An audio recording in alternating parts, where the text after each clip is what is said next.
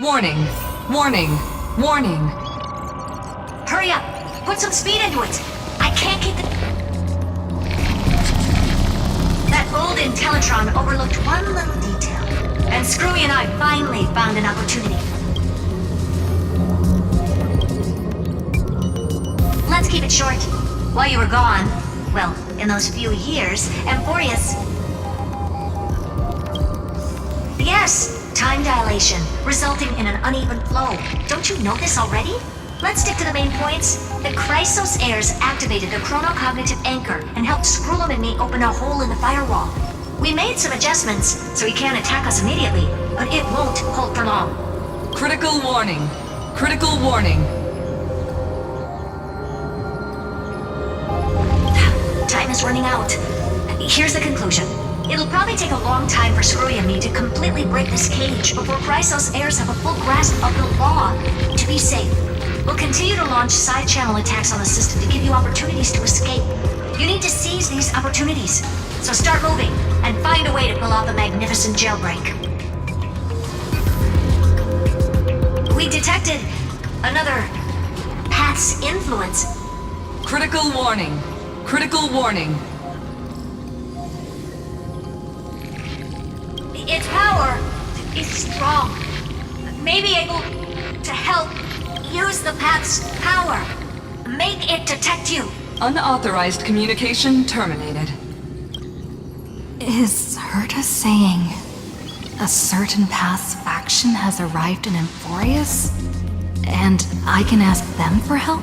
I mastered the powers of different paths in my previous journeys. Are these showing my memories?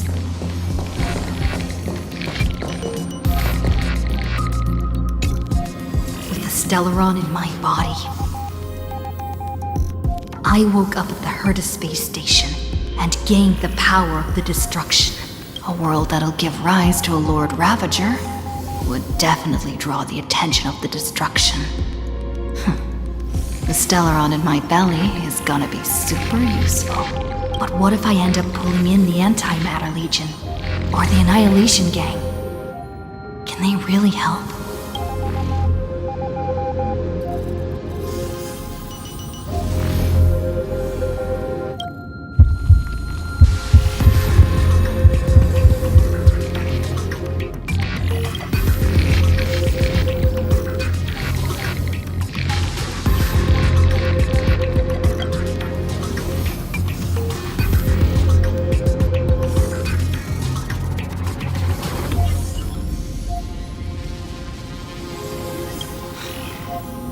Failure is not necessarily a bad thing. This power wasn't gonna call up anyone nice after all.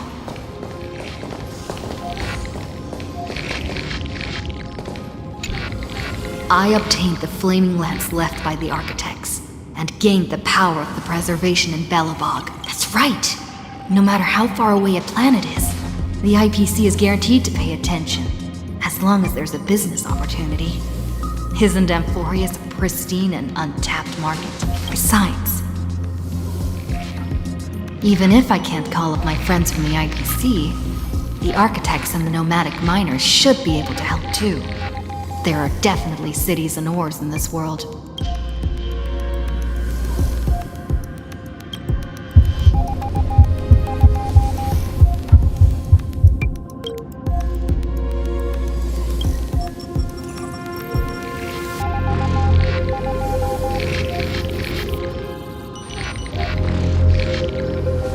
Seems like since Amphorius has no overseas market, the IPC's hand can't reach it.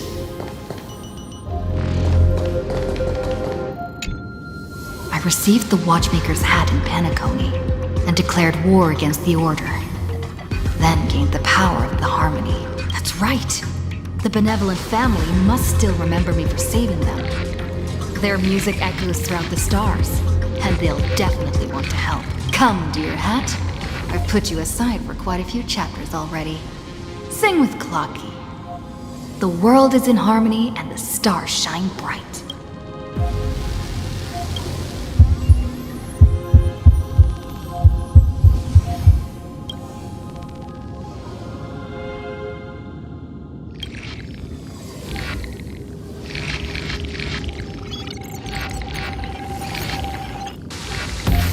doesn't Lygus want this story to have background music? He has such terrible taste.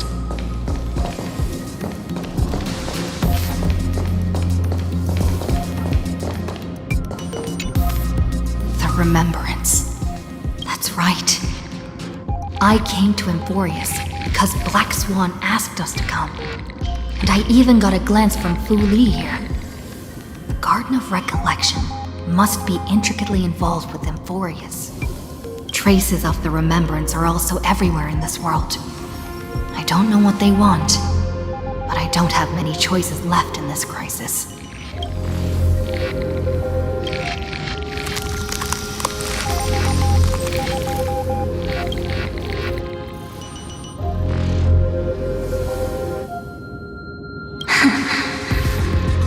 I finally found you.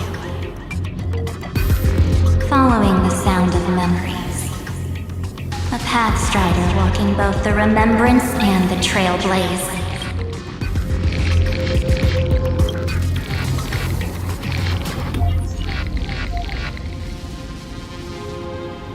Warning!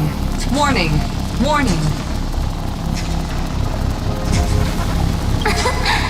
Erudition's prison cannot stop us, for we lie outside the logic of zeros and ones. Come, leave the cage of Logos.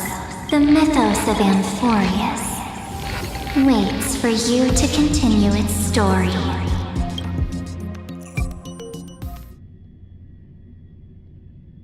When that brightest star, that star heralding the dawn, finally rises, a boat, so used to drifting, at long last enters an island's safe embrace. Oh, Pathstrider, we have helped you break free.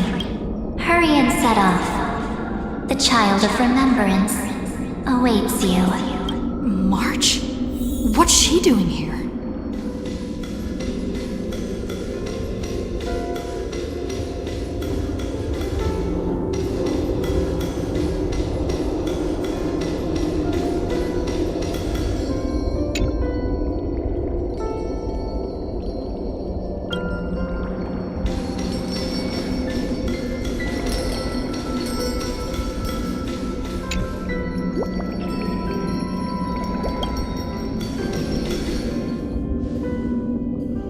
You're finally here! We haven't seen each other for such a long time. My good buddy, I've really missed you.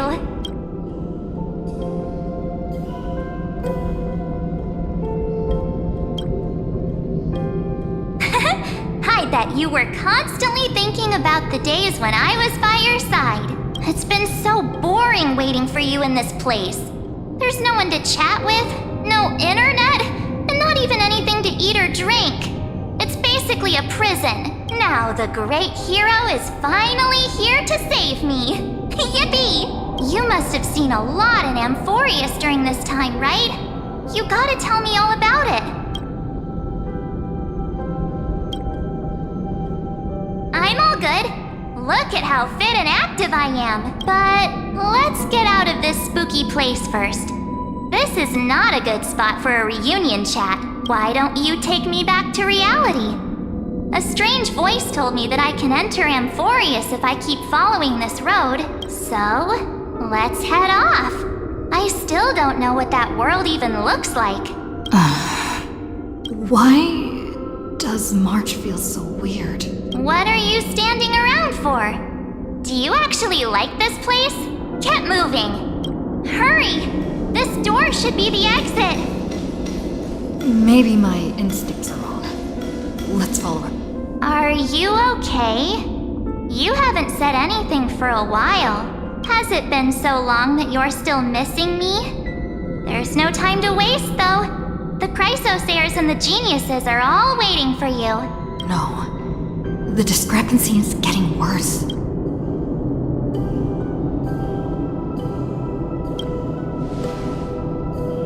Huh? Isn't Amphorius the world of the Chrysosairs and their hero's journey? I could figure that out in an instant. But Amphorius cannot be observed from the outside. She couldn't possibly know about these things unless... Don Hung told her.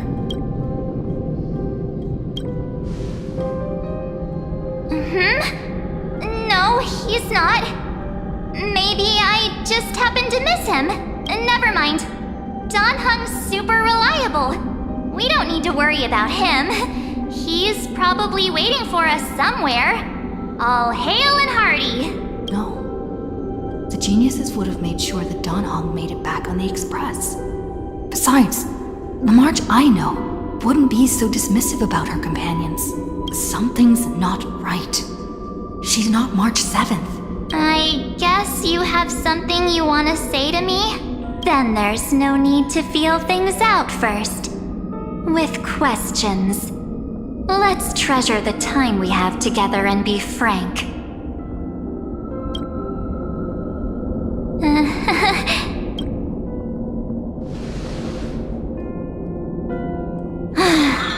As expected. A glimpse of memory is not enough to deceive the bonds of friendship forged between the nameless. In that case, there's no need for further deceit. You're right. We're not the March 7th you are acquainted with. But we can send you back to Amphorius, as long as you are willing to help us.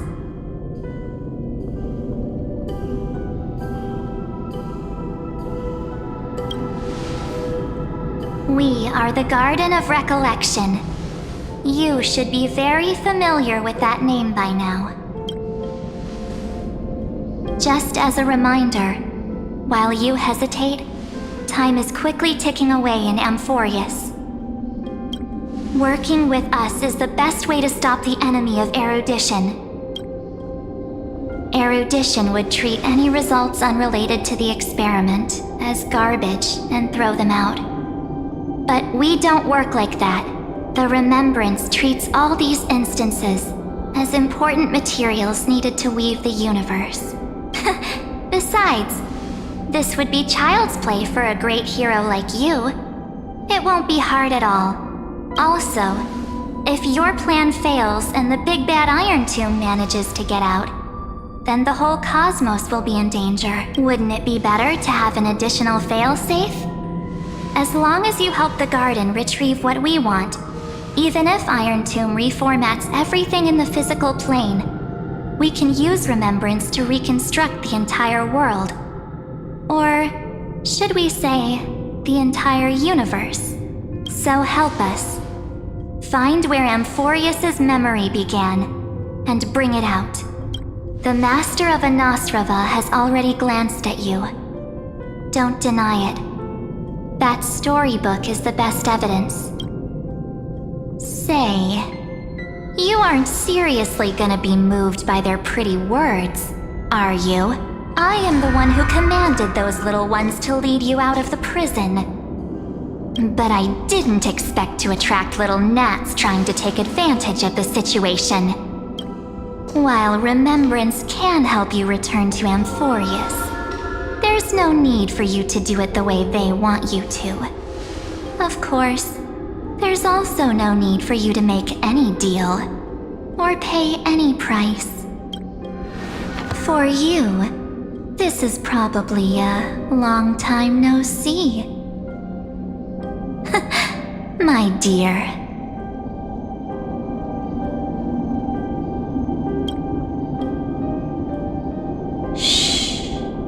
There's no need to say anything.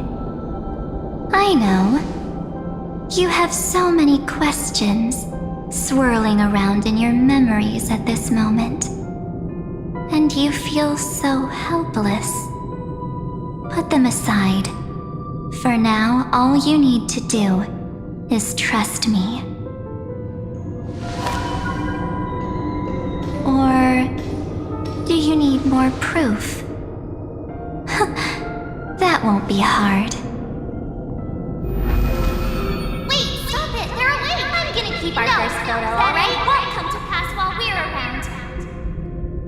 And now The statue. Is that Don Hung's brother?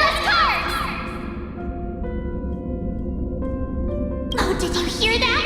She just called me, but my future is full of pain. We won't escape from it. Hey, are you sure? Maybe a couple of punches will help to jog your memory. It's as if they all happened just yesterday, right? I don't want to lie to you, which is why I will not use her name.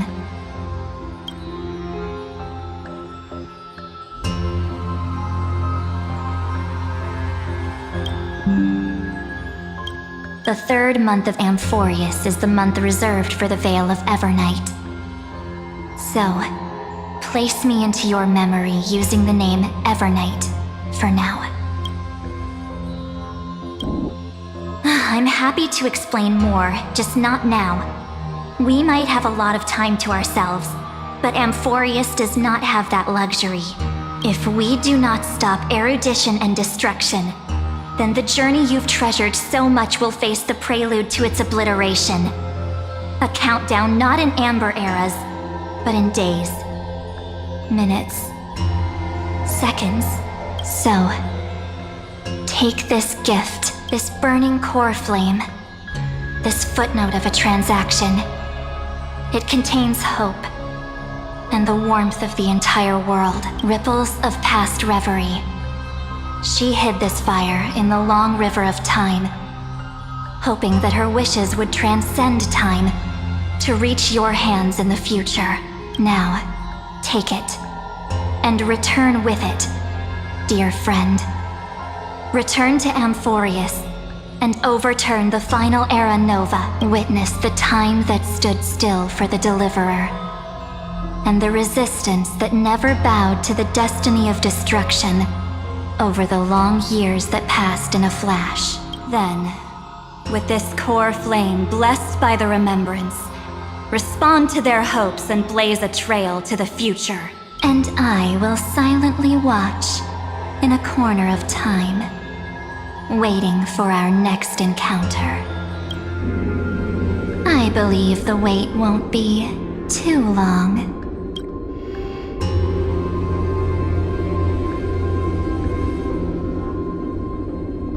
What exactly is happening? Keep going. Keep trailblazing for Amphorius. For you. And for the March 7th in your memories. Go forth.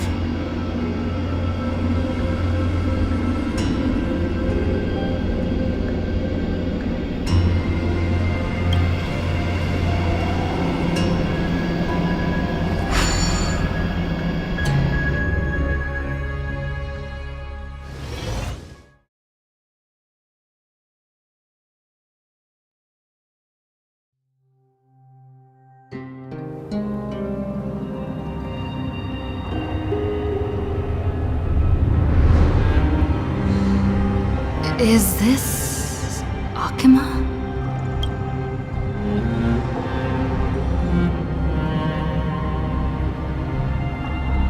No one's here.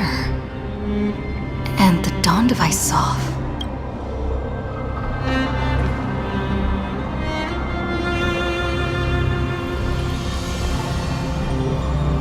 Am I...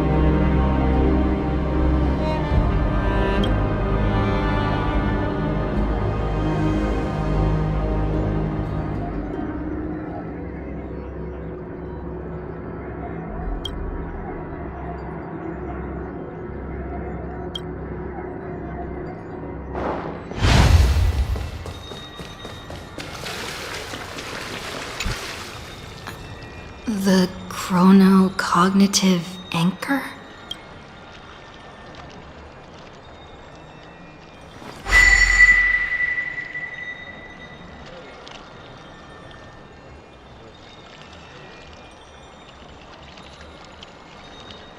There's so much I wanted to say for our reunion. Yet now that you're back, there's only one thing to say. Welcome back, friend. It's been such a long, long time.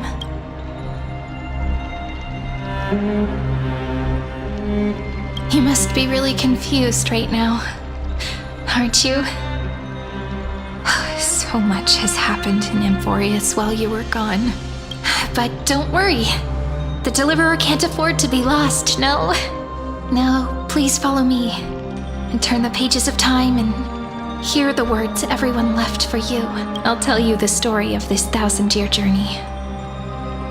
That way, it won't just be my memories alone. Cyrene can't hear me?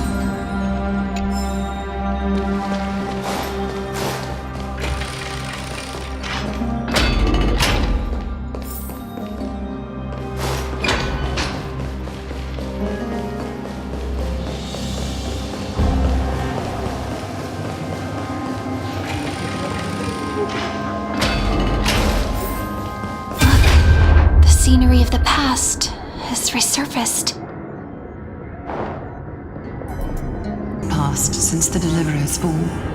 We had to return 3 core flames of law, romance, and ocean to stop Lygus, but even so, Terravox has fallen.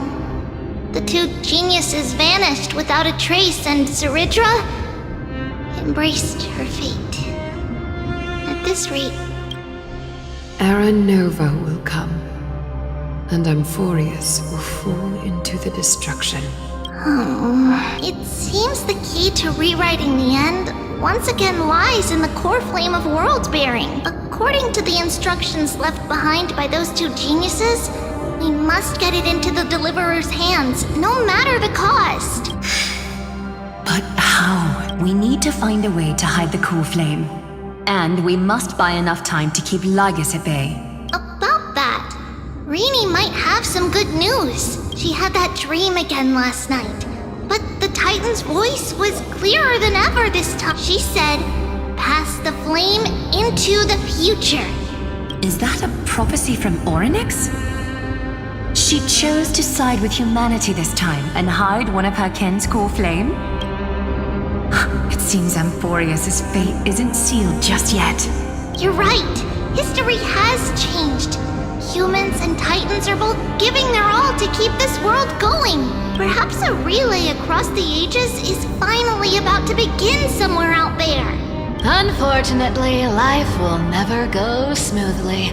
Leiden's army is already at our gates, and their commander, that Lycurgus, he's right outside Akama. Light calendar 3960. Zeridra, under the pretense of a campaign against Vagusa, sacrificed 500 Chrysos heirs to complete the trial of law. This tragedy shook everyone in Amphorius. That same year, Zeridra the Imperator was assassinated, after which Aglaya the Goldweaver took command. Thus began humanity's second flame chase journey, a path hanging by a thread. Come, this way.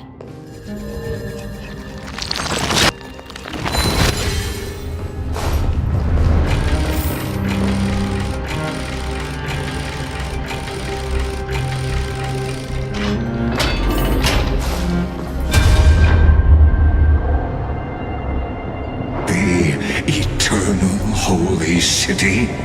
What part of that eternity ever lived up to its descriptions in The Marmorial Palace lies in ruins. Countless mortals have perished because of your stubborn resistance. It's time you learned the cost of refusal. Now, answer my question again. Where is Kefali's core flame?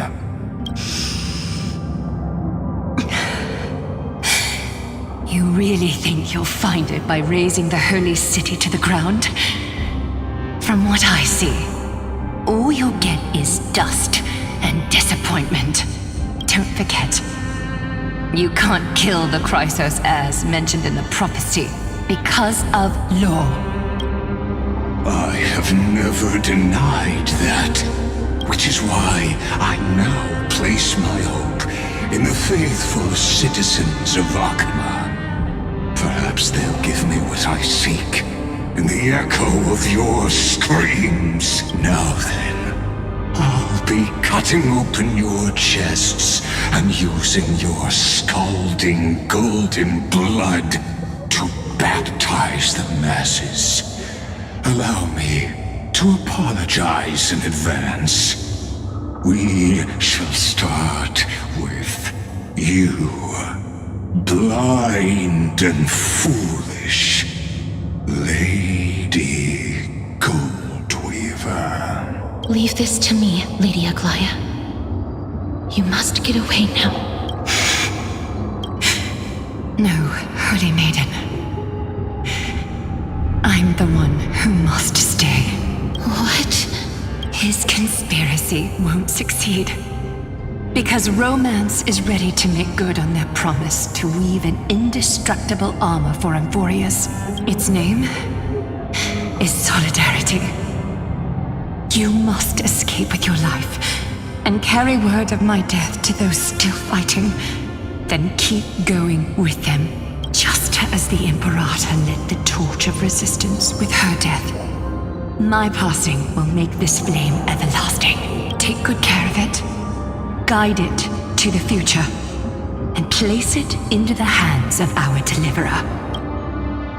50 years later, Lygus led his forces again to Akama. He charged directly into the Holy City and razed the Marmorial Palace. History would name this battle the Third Siege of Akama. 90,000 brave souls gave their lives for Akama that day, including their fearless leader, Aglaya. Go forth, deliverer.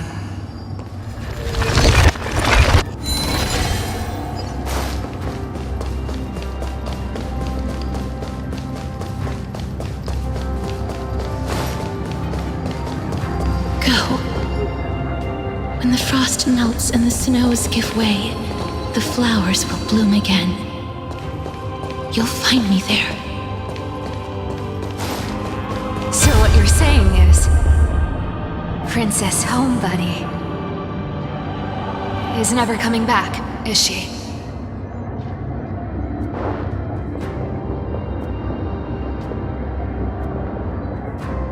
She just left, like that.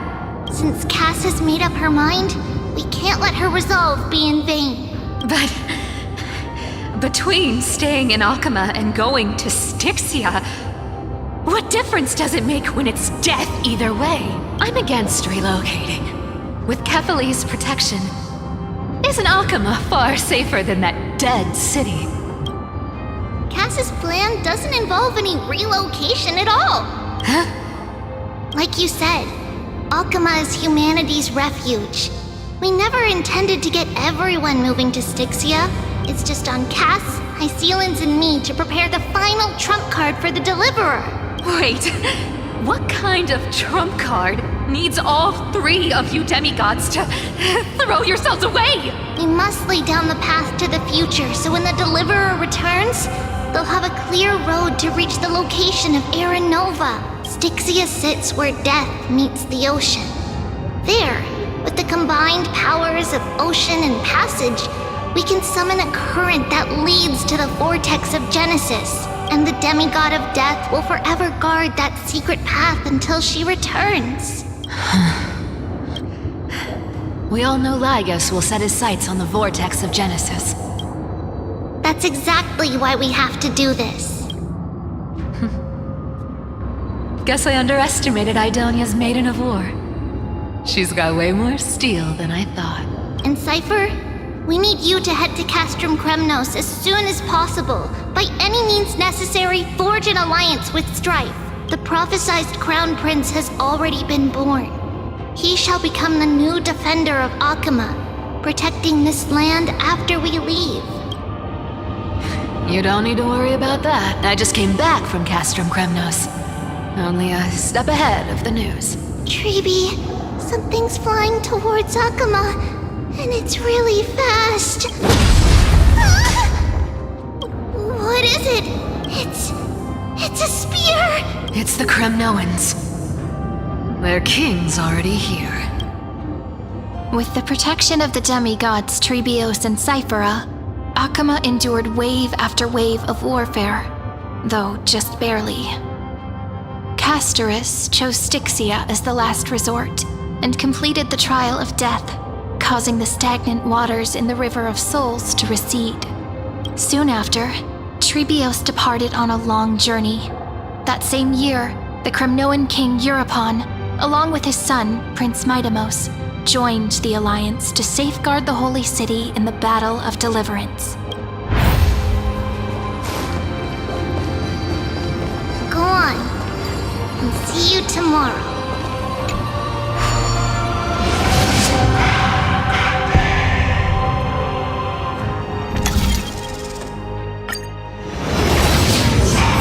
Breaking me apart buys this world even one more second. And so be it. But it's gonna hurt a lot! Pain brings endless torment. But it can never destroy me. I believe that you were thinking the same thing when you stepped through the gate of infinity and jumped off that cliff. Can't argue with that. In the current situation, this is the only path Akama has left. Just do as I say. Split my soul into 5 pieces. Forge me an immortal vessel. Let the blade of strife hang forever overhead. Locked in battle with their enemies to the world's bitter end. There's no need to be sad, Lady Trebios. Haven't we already taken great strides towards that promised tomorrow? In this life, my people no longer have to drown in false guidance. Kremnos has washed the blood off its fate. Emphorius no longer needs a god named Strife. So let me shatter the former laws and turn the Lance of Fury back into a weapon that protects the world. We understand. By the way, can you do me another favor? The 7 sages from Grove of Epiphany are already en route. They'll arrive in waves to join the resistance in a couple of days. Among them is a scholar named Anaxagoras. He has extraordinary insight and fears no sacrifice. This soul-rending ceremony wasn't just my decision, it was his counsel. His wisdom will surely be the backbone of Amphoria's survival. Watch over him. Carry on this everlasting flame for me. Through Anaxagoras' ritual, the demigod of strife split his soul into 5. Courage, honor, tenacity, sacrifice, and reason. Each sealed in blood crystal and cast into battle. The people held a 10-day funeral to mourn their fallen god king. And through his sacrifice, humanity was granted 200 years of peace.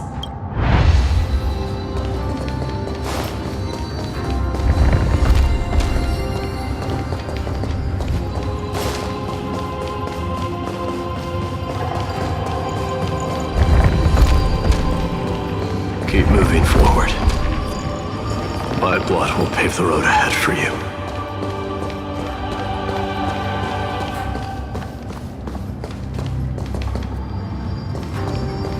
Keep moving forward, little Gray. See you tomorrow.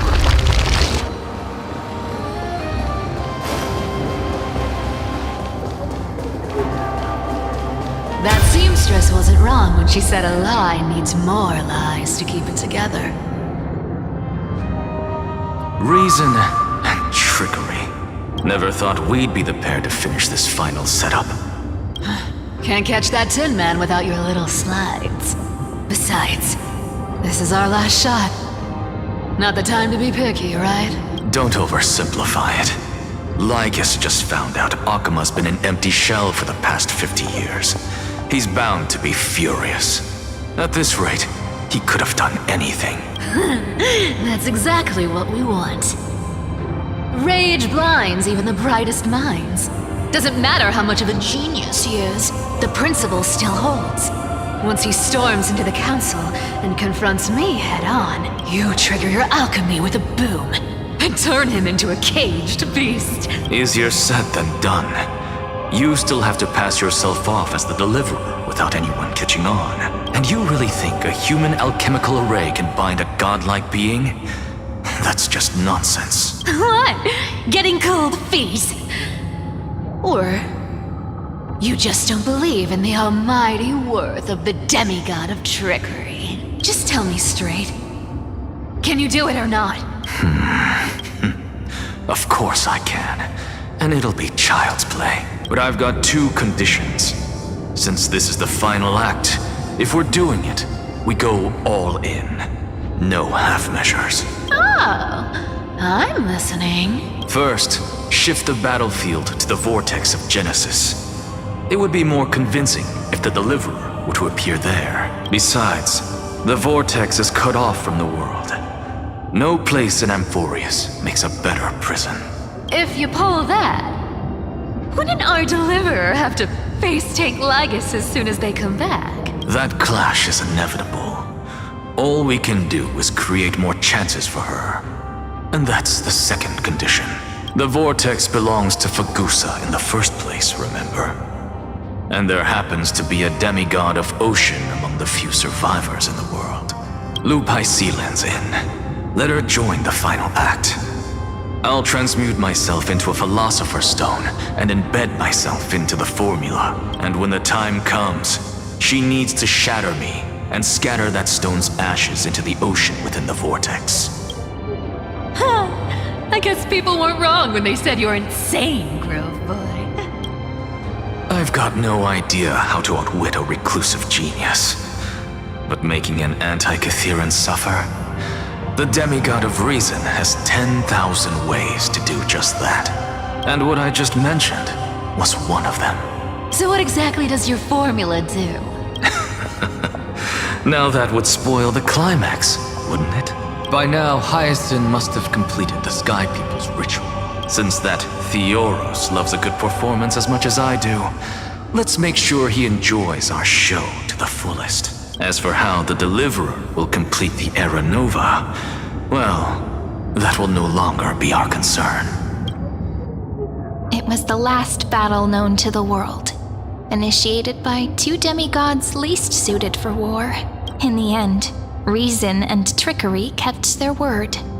At the cost of their lives, they sealed Lygus within the vortex of Genesis, where he remains to this day.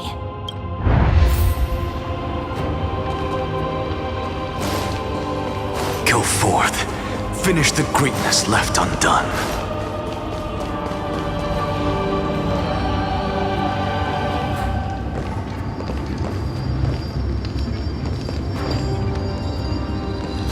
Quit overthinking! Just run! Keep running, and that'll be enough. Irie, it's dead quiet here.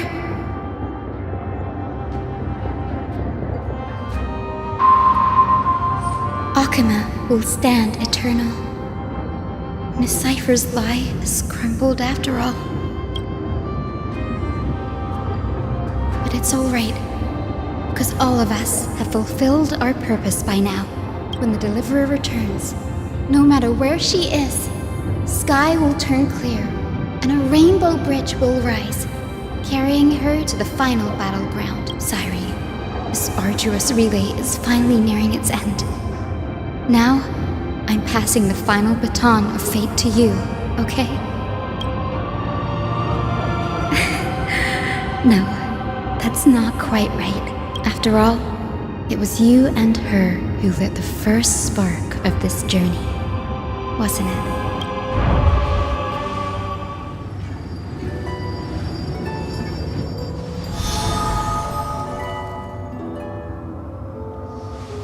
I'll tell you the story of this 1,000-year journey. That way, it won't just be my memories alone. And I'll share the moments I spent with you with everyone. That way, the path we walked becomes a memory shared by all. People will know that there's nothing left to chase. Amphorius has already welcomed the dawn foretold in prophecy. Just like I said, this won't be harder than the last time. Right?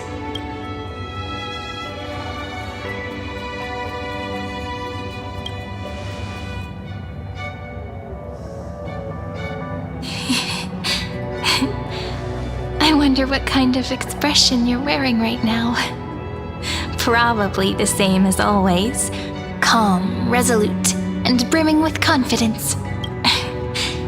If I have the chance, I'd love to see it again. Because it's really been far too long since we parted.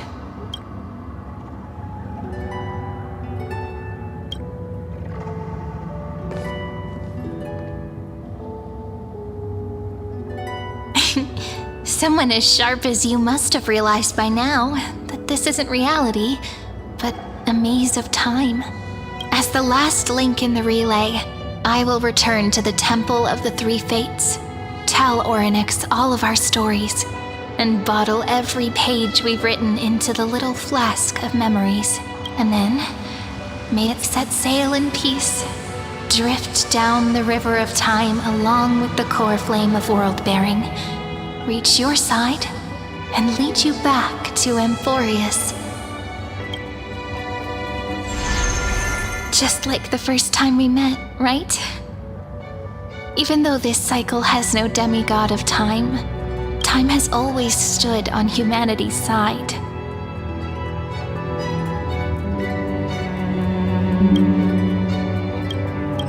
This is the only way to make sure that the Era Nova won't happen before you return.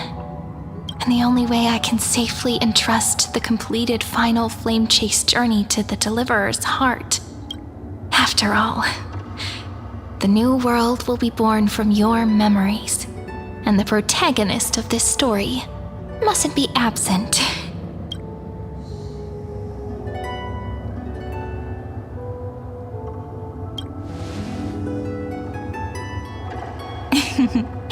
I believe you will never let us down. Just like always. Do you remember when Finan sent us back to the beginning? When you and I got separated? But in the end, I returned to you, carrying all that we've been through. That's what memory is. It may wear down and fade in the river of time, but it never truly leaves. When that hidden corner of the heart is stirred, the past returns even more beautiful than before. So don't worry. Let the 33,550,337th Flame Chase journey become part of you too. I've gotten a lot better at it with the experience from the last time. Next, you will head to Styxia and find the Vortex's entrance guarded by the demigod of ocean before charging toward the final battlefield.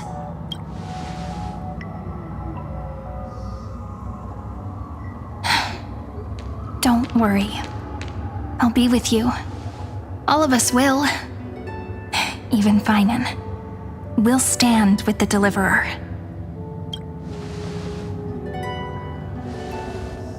So say a short goodbye, then set off, just like we promised at the start. Toss away all unnecessary worries and troubles, and bring our smiles and determination into tomorrow.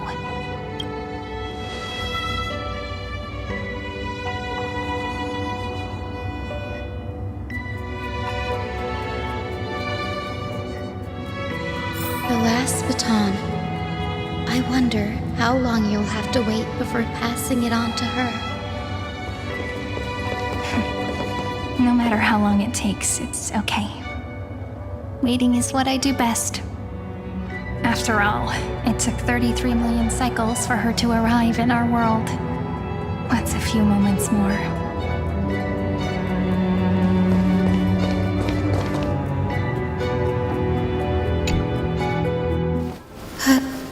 Sairi, what if you wait and wait, but that hero never arrives?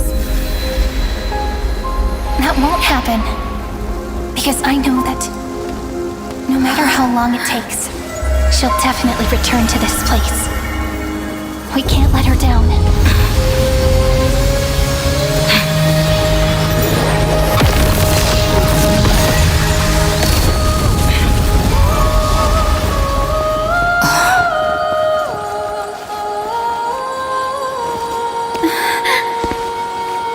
Sky shall rain rays of dawn for you. May romance be with you on your journey. And reason grant you enlightenment. Let strife bestow you with inspiration. Trickery ensure your success. Allow death to protect your soul. And at last, let passage point the way forward. Well, time will remember the Trailblazer's journey.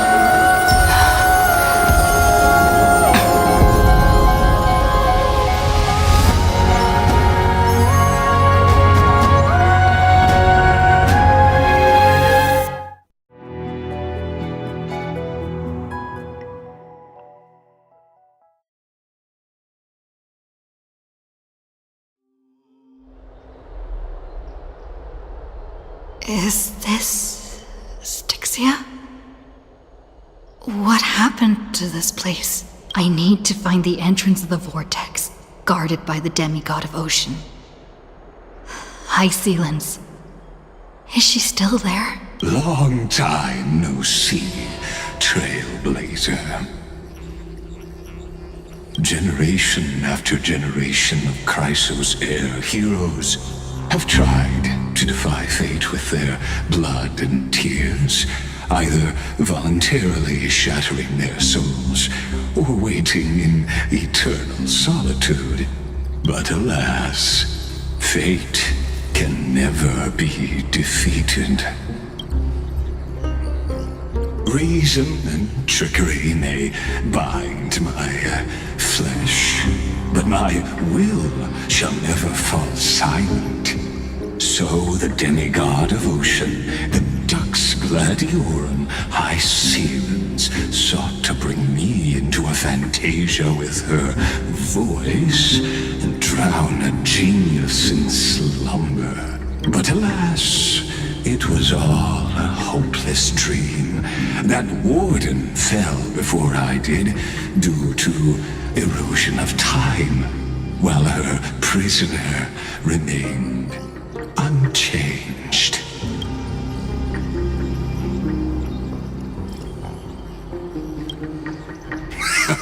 True, I can't leave this place, but what of it?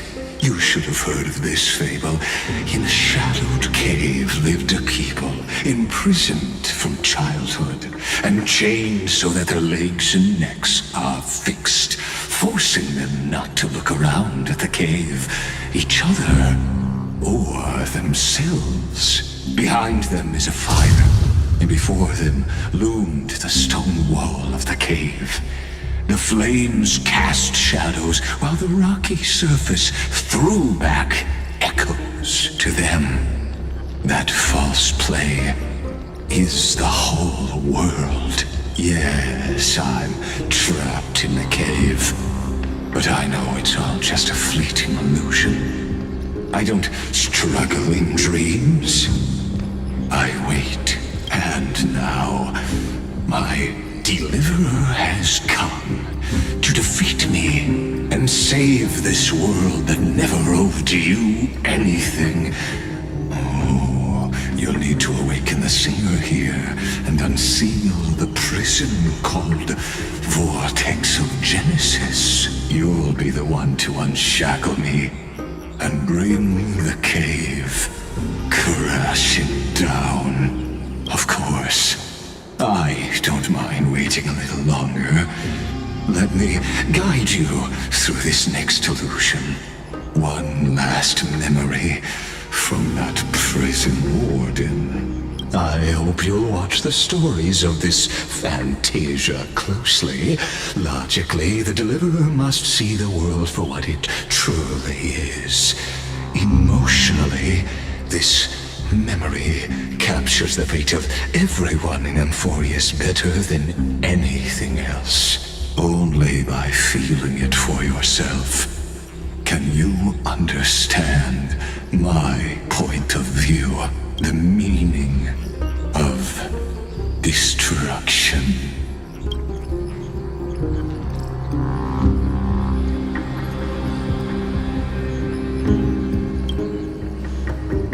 To your unshakable resolve, I salute you. But before we step onto the final stage, let me ask you this. In the spirit of that fable I told you just now, can the prisoners in the cave learn to see the shadows and echoes for what they are, and stop mistaking them for reality?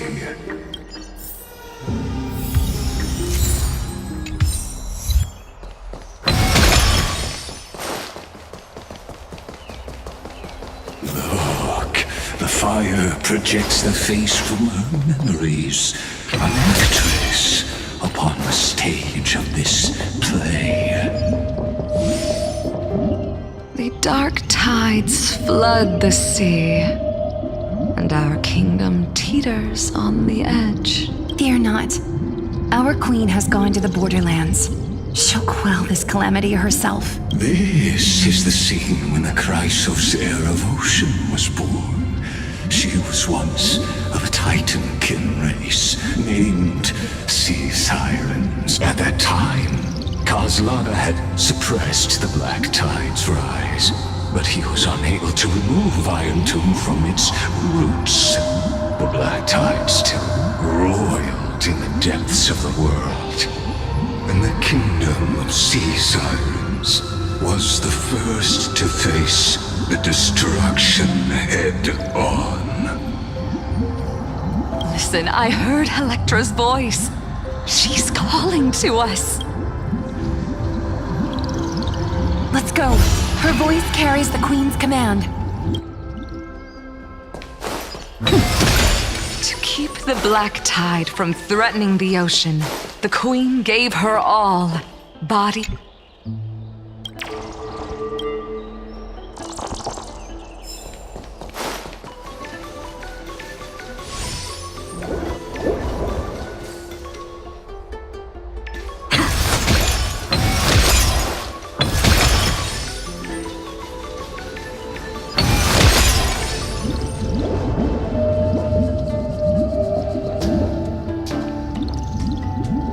My sisters! You're finally here! Of course, Electra. Your beautiful melody drew us here. Her true name is Electra. This is a reflection of her former self, clinging to the past with aching defiance. The Queen summons us. She must be near exhaustion. The Black Tide will soon enter our borders. then what do we do? Will our seas fall to darkness and terror as well? Don't worry. We shall lift the chalice in her stead to catch the Black Tide, and stand together to safeguard our realm and its people. Such tiny Titankins, thinking they can stop the tide of truth. How naive. And that naivete is the root of all suffering.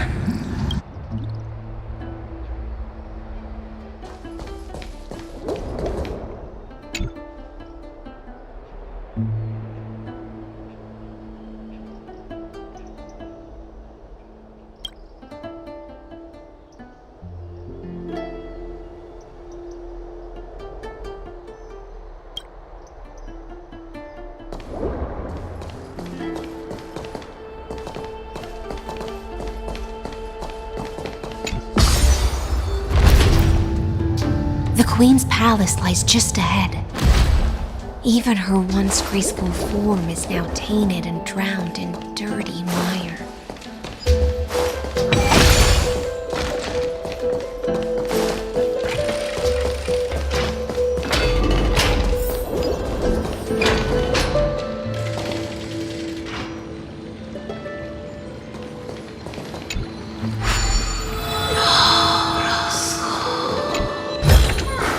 Looks good.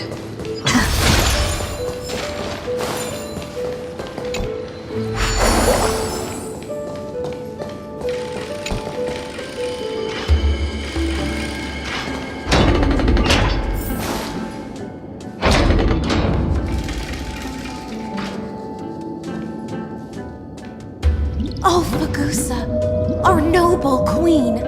We've come at your call. My little fishlings, you swim with such joy. I once believed I could drink the black tide dry, but even the deepest chalice must one day overflow, and I can hold no more of this filth. Mother, worry not. We're all children of the sea. Let us bear your fate together. You'll take up your mantle and drive back the black currents. We'll mend your sacred chalice and take in the cursed filth. My little fishlings, when the spear of strife falls, you may retreat in peace, I promise you. On the surface, the city-states will hold a feast without end in your honor. This is the last gift I can give you.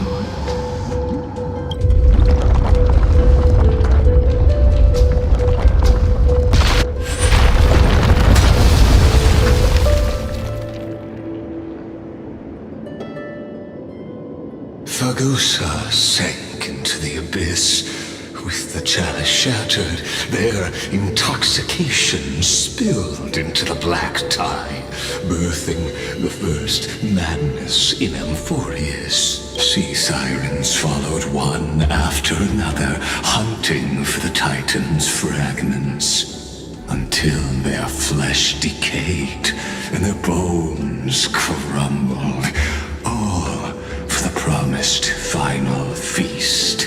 Keep watching, but tread carefully, for the stage ahead is crumbling with age, just like her shattered fate.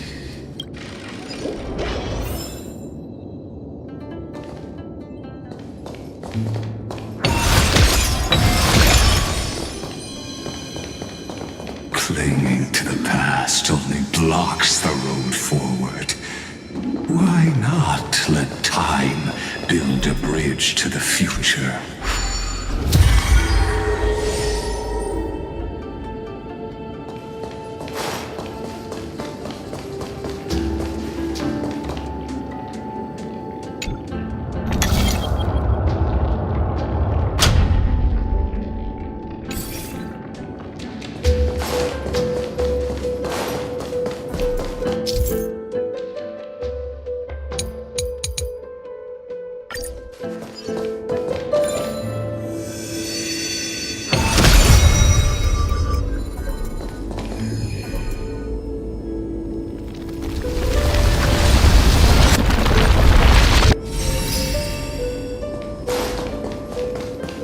Your wisdom far surpasses even the bounds of reason's model.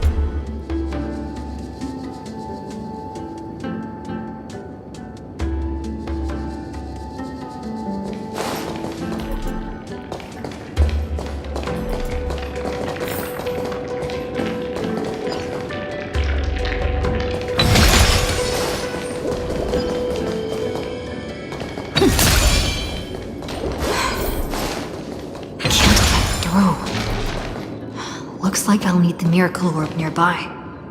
The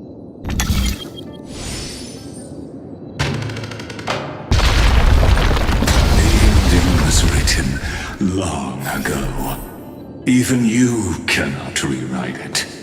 Just like this poor chandelier.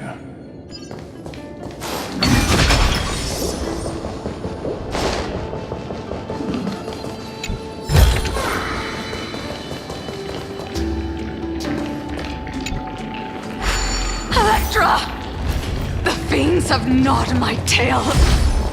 I can no longer swim to the far seas. Electra! The black sludge has soaked my fins!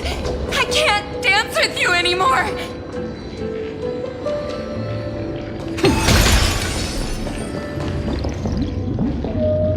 Sisters, don't give up. Remember the Queen's promise of a feast in the city called Styxia. I haven't forgotten. It visits me in dreams every night. I dreamed of a shining city, its lights piercing the deep gloom of the seabed. I dreamed of children placing garlands on our bone horns, and poets praising the sea sirens for shielding the world. But what a shame. We can go no further. Please, sing to the humans for us. Sing of the deep sea's legend in our place. Feast from Electra.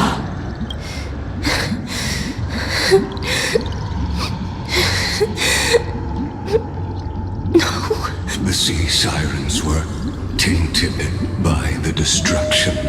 Their flesh rotted away. They became the black tide creatures of this cycle. Farewell, sisters. I'll finish this last task, then return to prepare your feast. And so, only one sea siren remained among the sea floor. High seamans, swimming alone through the seas, burying her kin, and searching for the fragments of the chalice of plenty, though most of that journey was in vain. Why not use the power of time to leap ahead toward the journey's end? To reach the spirit basin, I'll need to call upon the power of the chrono vessel.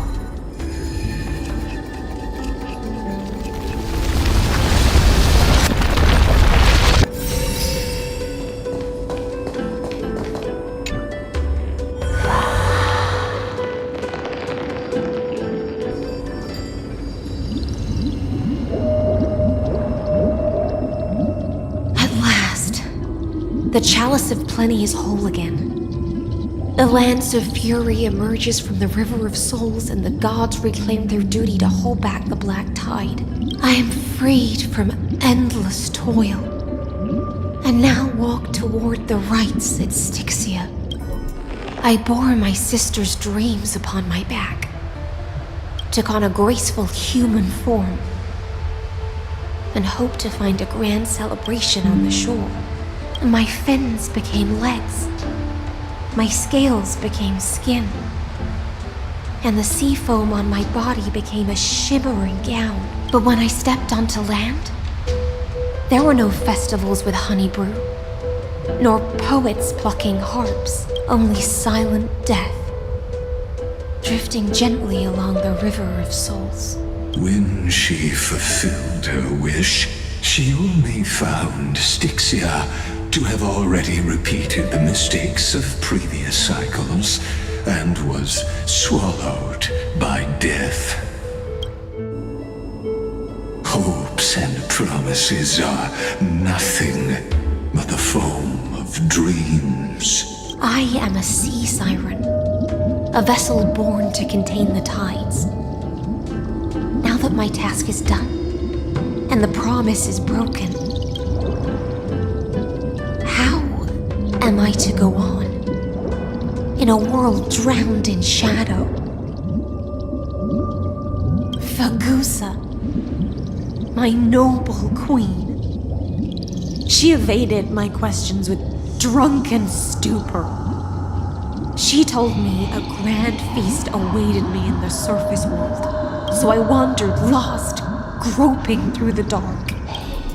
The feast she spoke of, where is it? Lonely Blade, I shall grant you everything you seek.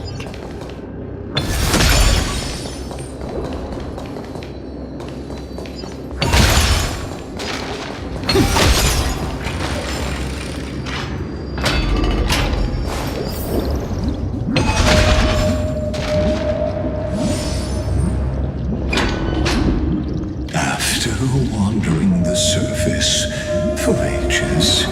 The lost sea siren met her future conspirator.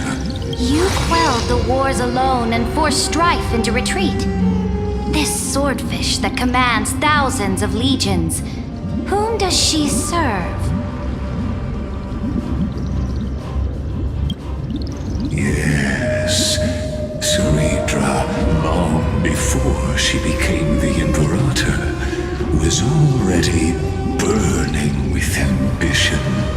Sovereign who follows prophecy. I am no one's sword. I am just a wandering fish, seeking clarity through bloodshed. Then how about letting the sword dance for me? And letting the violin sing in my name? Tell me, what is it you seek? All I want is a feast where I might belong. Such a demand is trivial with the Sovereign's authority. I'll grant you a banquet worthy of conquest and comrades to toast beside you. But Knight, you must offer me your heart. My heart? Yes, a loyal heart that will generate no betrayal. You were deceived by gods and drowned in the ocean's darkness. But now, I will lead you forward and be your light. So be it, noble monarch. The law you proclaim shall govern my every breath. So be it, noble monarch. I am simply becoming someone else's vessel once again, and accepting a duty given to me. And thus, in her hollow drift, she finally found a new purpose. Like sunlight piercing the deepest trench.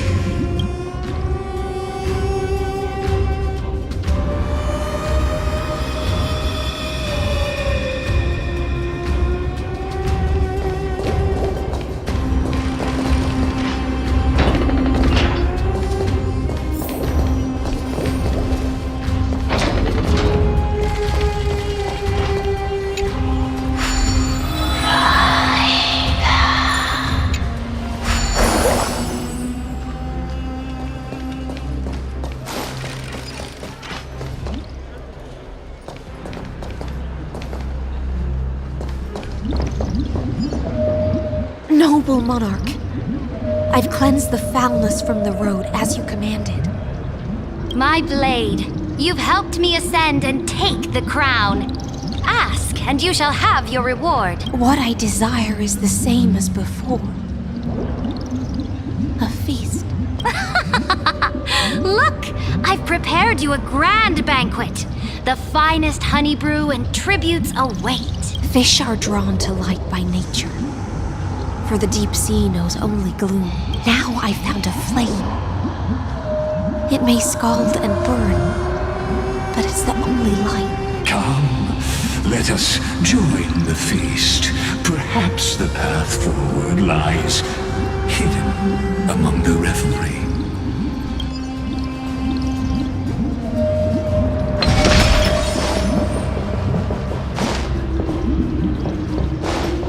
Have you heard that the Imperator's about to begin a new campaign? Her glory will no longer be bound by the borders of Emporius.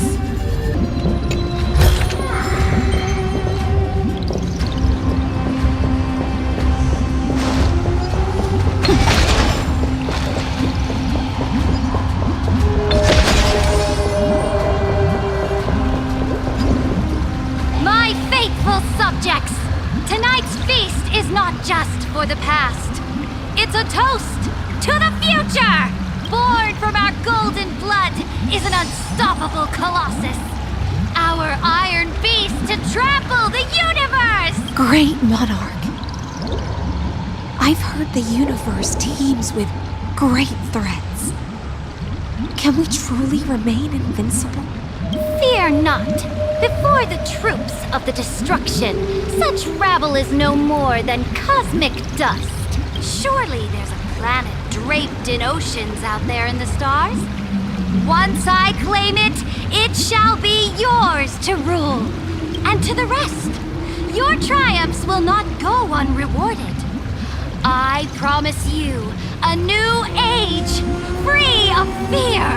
Now, raise your cups to our conquest among the Sea of Stars! Sea of Stars! Sea of Stars! Conquest among the Sea of Stars. What a grand vision. Yet, to the Siren Knight, only feasts still stir her heart. Come now, join me.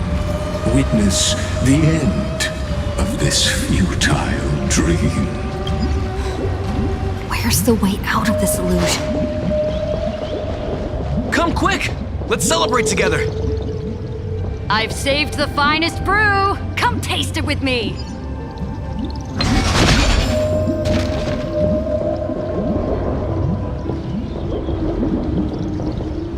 Noble knight, you are truly a blazing spark. It is my honor to share this banquet with you. Noble knight, you have earned victory with your blade, and you have every reason to revel in this moment of triumph. Let me pour you a glass of honey brew. Noble knight, with the sovereign now enthroned, this triumph is yours as much as hers. Let me raise a toast to you. Noble knight, your strength is boundless. Lead us to conquer the universe, and let us toast to that vow! Then drink we shall. Raise your glass. In the deep sea, I never knew what fire was. But when I set foot on land, the first light that I saw was the flames of war, lit with golden blood. It scorched my fins, made me feel pain, and ignited an unprecedented hunger. A hunger that flickers in every hero's heart. So bright, yet so blinding. Look! The monarch herself has taken her seat! Hear that? The court sings her praises! Come! Join us and praise her glory!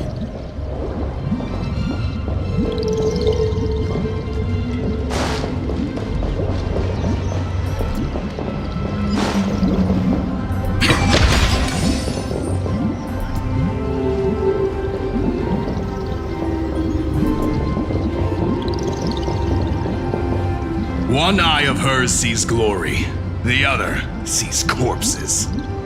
And yet, she cherishes the name of glory more than fear and death. As they say, the coward died 1,000 times before his end. But the brave face death but once, which gods stand witness. On the eve of war, we sang our hymns and set our sights to sail beyond the stars. The legions will climb aboard the beast, riding it like currents across the cosmos. Planets after planets flew the flags of her crown. Realm after realm was ignited by her flames of war. As the final resistance fell silent, a vast empire rose from among the stars. And this small pond at last embraced prosperity and peace. That's how the story ends. Tell me, visitor, in this dream, did you enjoy the show?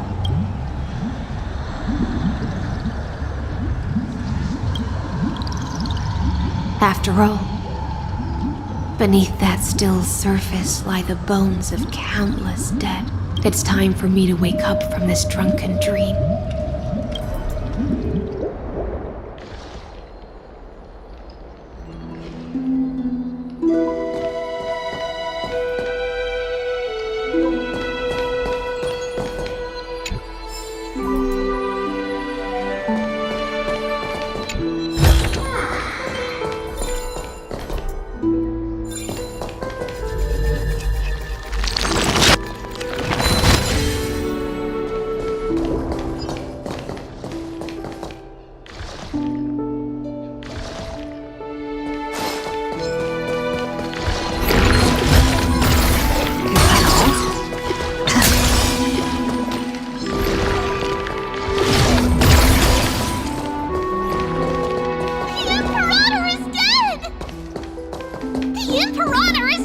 dead!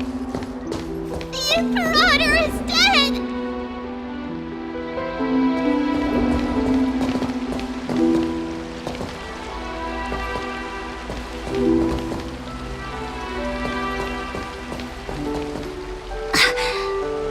People once cheered for my ascension. And now they cheer for my fall. The cosmos. The battlefield that I cannot reach.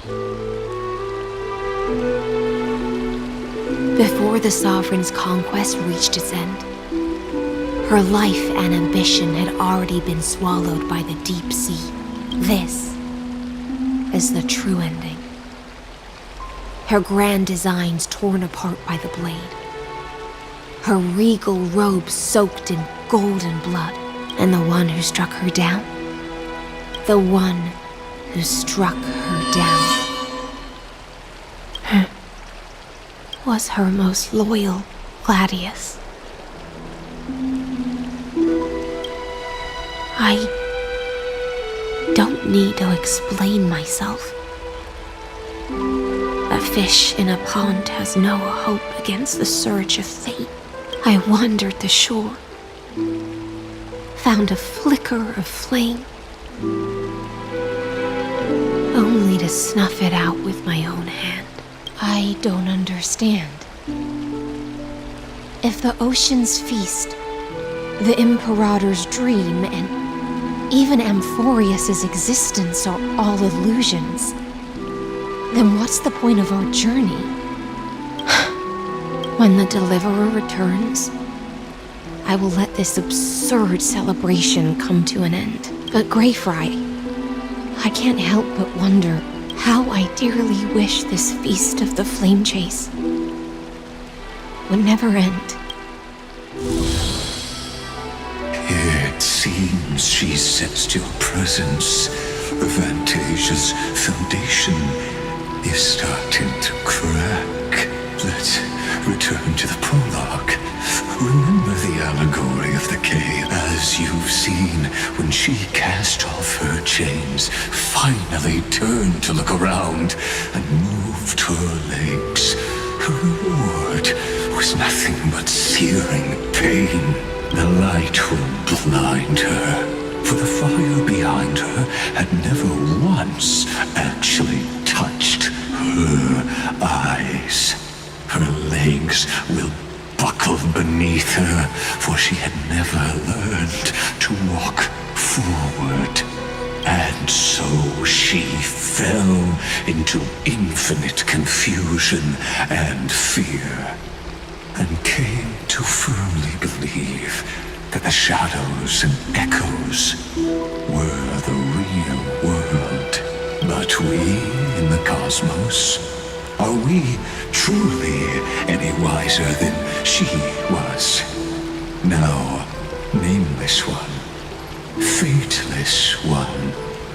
Ask yourself this: the paths you tread, the eons you worship, everything you've trailblazed with your own hands, could it all be someone else's projected shadow?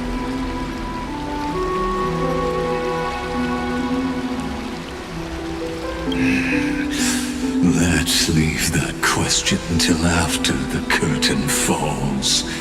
Once you've unearthed every last truth and reached the prison built for me by the demigods, I'll speak with you face to face.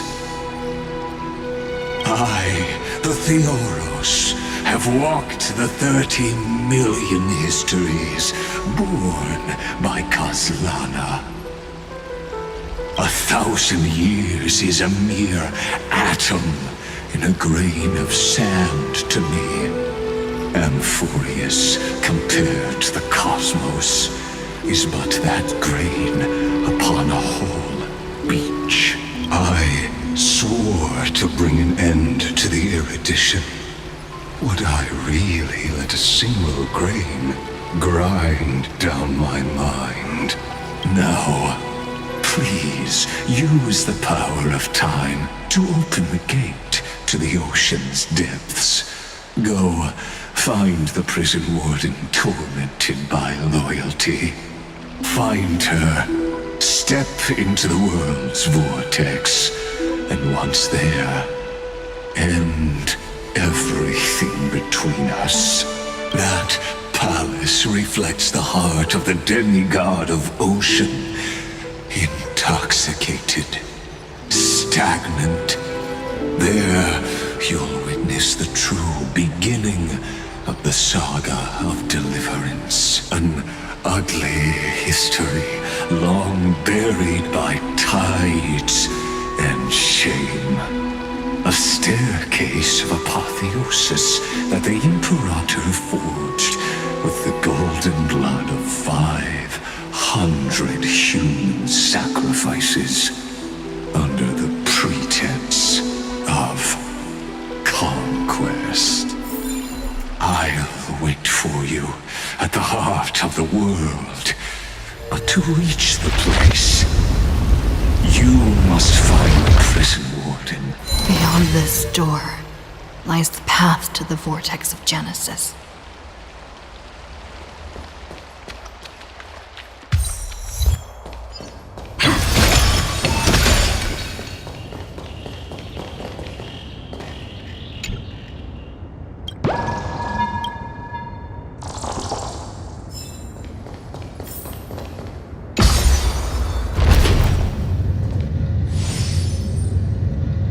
Now step away from this false banquet,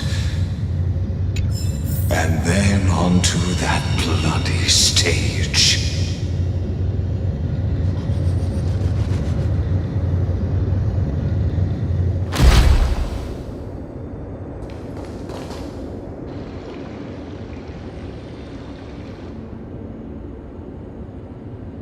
The palace that worshipped the ocean, the sanctuary connected to the vortex, was also once the battlefield of the first.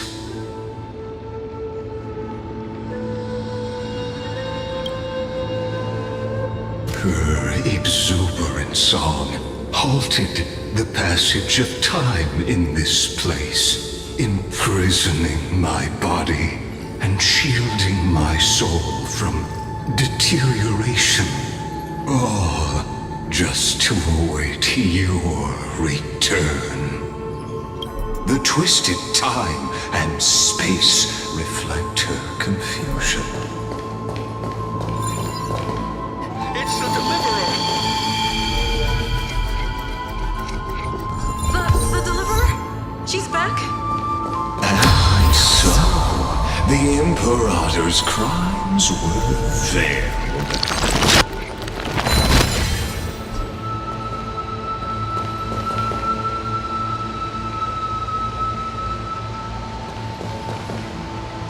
Stay away from Apollonius! This cup of honey brew. What a sweet aroma. Run, Virginia. Dux Hakalithist! We can't give up here! Love steeped in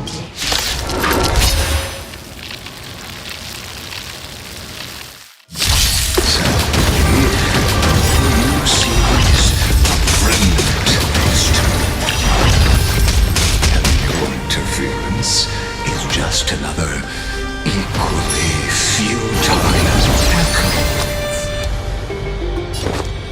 It's on me.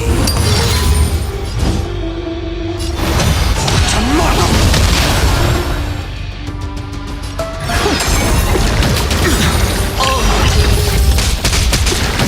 You're not dirty tricks. Watch your head.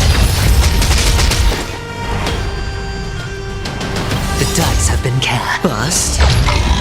Or maybe I'll take it all. Trust me.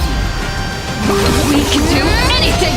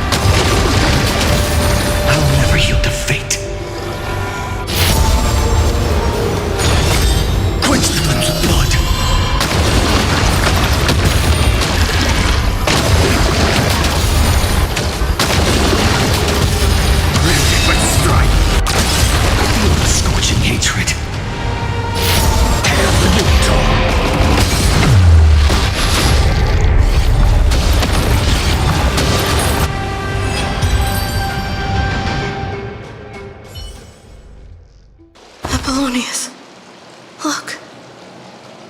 I chased the enemy away, but I think I can't go any further. I'm sorry, Virginia, for letting you. It's okay. I'm glad to die by your side. Ah, such an ironic twist of fate.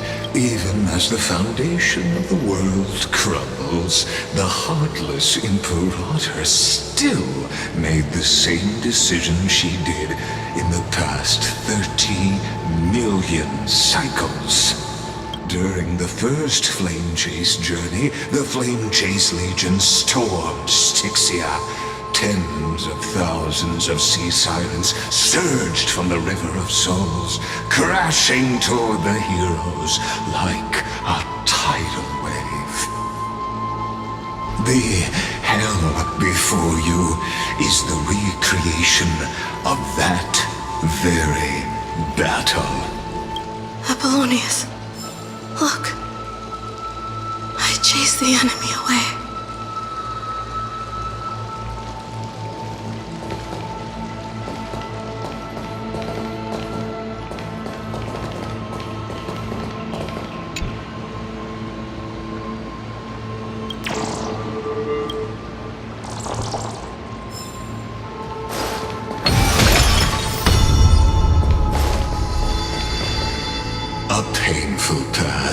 Yet hidden beneath a veil of joyful song. Oh, two discarded data clusters waiting for someone's return. Relive the history, then pass through the temple's waters and come to my side.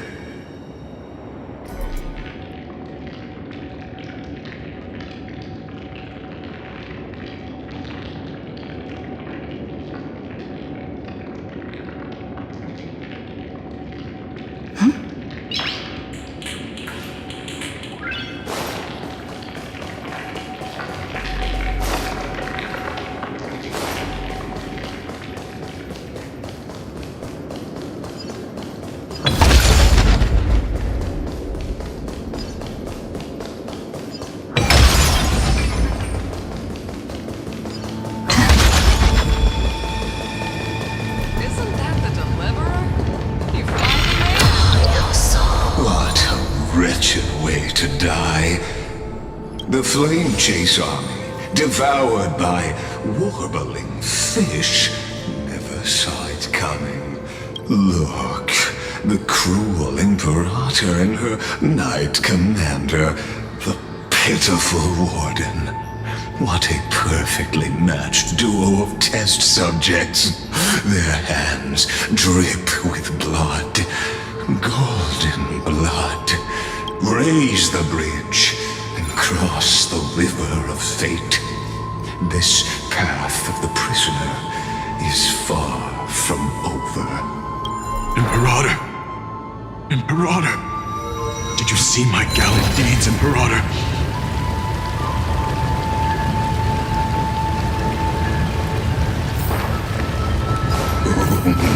A sovereign and the sword at her side.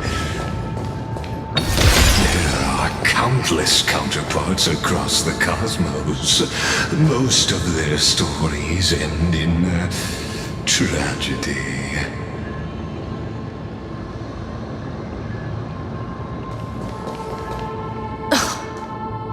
Imperator, why did you? You're here, Dux Gladiorum. You ordered me to seal the sea route and handle threats from the rear. So why didn't you wait for me to return? Why send the Vanguard ahead and let them die in vain? Die in vain? No, you're wrong. Their golden blood won't be spilled for nothing. The other dukes have paved the road for me to become the god of law. The trial of law? You never spoke of this to anyone. What is... The one who wishes to bear law must purge this world of its curse, and offer the blood of the accursed as sacrifice. I pondered long on what Talantin meant by blood of the accursed. Then, I found the answer. You, I, and every Chrysos heir summoned by the prophecy are the accursed ones. Just like that arrogant Theoros said, our golden blood is the agent of destruction, the antithesis of the world's fate. Dux Frigoris, Dux Brumalis, Dux Helcalethist. Their fate was sealed at that moment. Dying on a glorious campaign was the final gift I could give them. You speak as if they didn't die because of your cold-blooded schemes. Was their loyalty meaningless to you? Losses are a constant on the Flame Chase journey, among which even life itself holds little value. If a subject marches to war without that conviction, then yes, as you said, shallow loyalty means nothing. And what about my loyalty, Ceridra? You sent me away under the pretense of guarding the rear. Was there any shred of humanity left in you? Because you still have a duty no one else can bear. Only you can uphold Fagusa's divine authority. The choice is yours now. Cast off the chains of loyalty and drive those blades through my heart. Or stand with me and sever the ocean's last breath. If you no longer share my vision or believe in the new law I seek to weave for Amphorius, then go on and end me. The Imperator of Amphorius may be ruthless and cruel, but never a liar. When I say life itself holds little value, know this.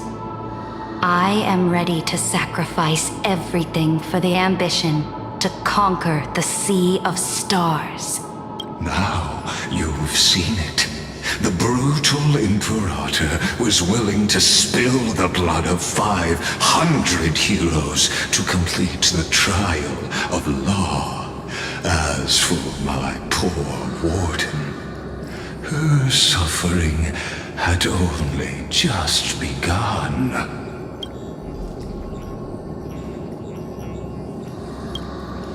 I'm no storyteller. I have no duty nor interest in filling in the history you've missed. I just want you to witness the monstrous choice the Imperator made before the Chrysos heir turned their blades against me.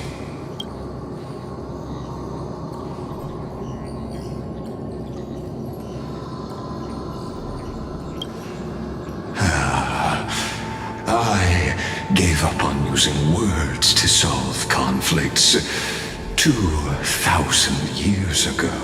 But I won't squander a chance, not even a sliver of one.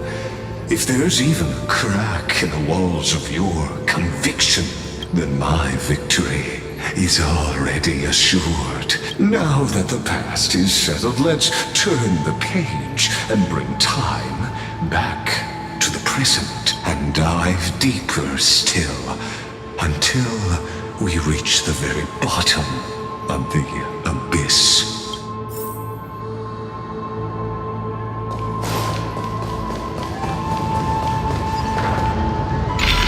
Is the path ahead underwater? I need the Oryx orb to bring back the chrono vessel from the past.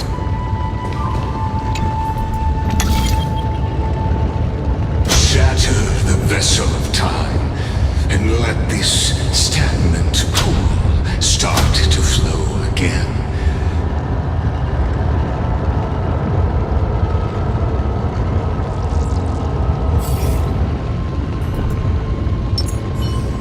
Just like the broken fate of Amphorius.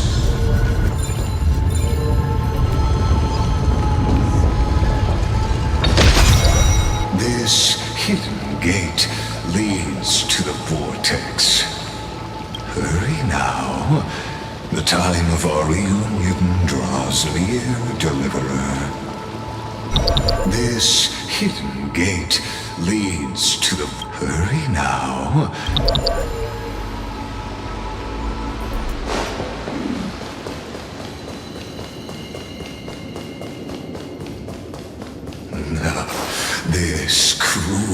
journey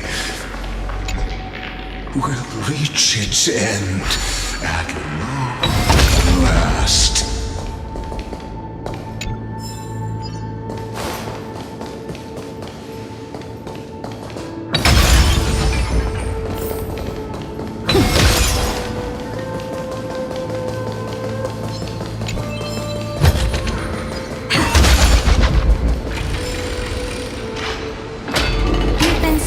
A long while, Dux Gladiorum.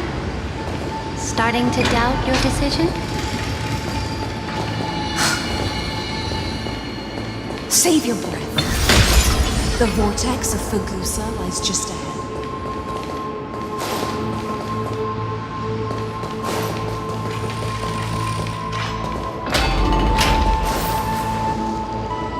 After the trial, there's nothing left between us. So you'll stop swimming toward the stars, Dux Gladiorum? I was always a creature of the sea. The stars in the sky were never meant for me.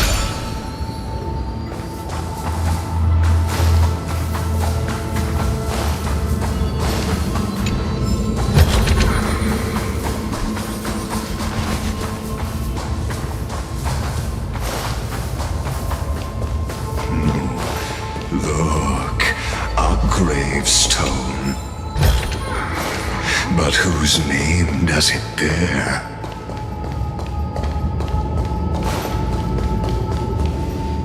It was here that the prisoner, who thinks herself the prison warden, made her choice.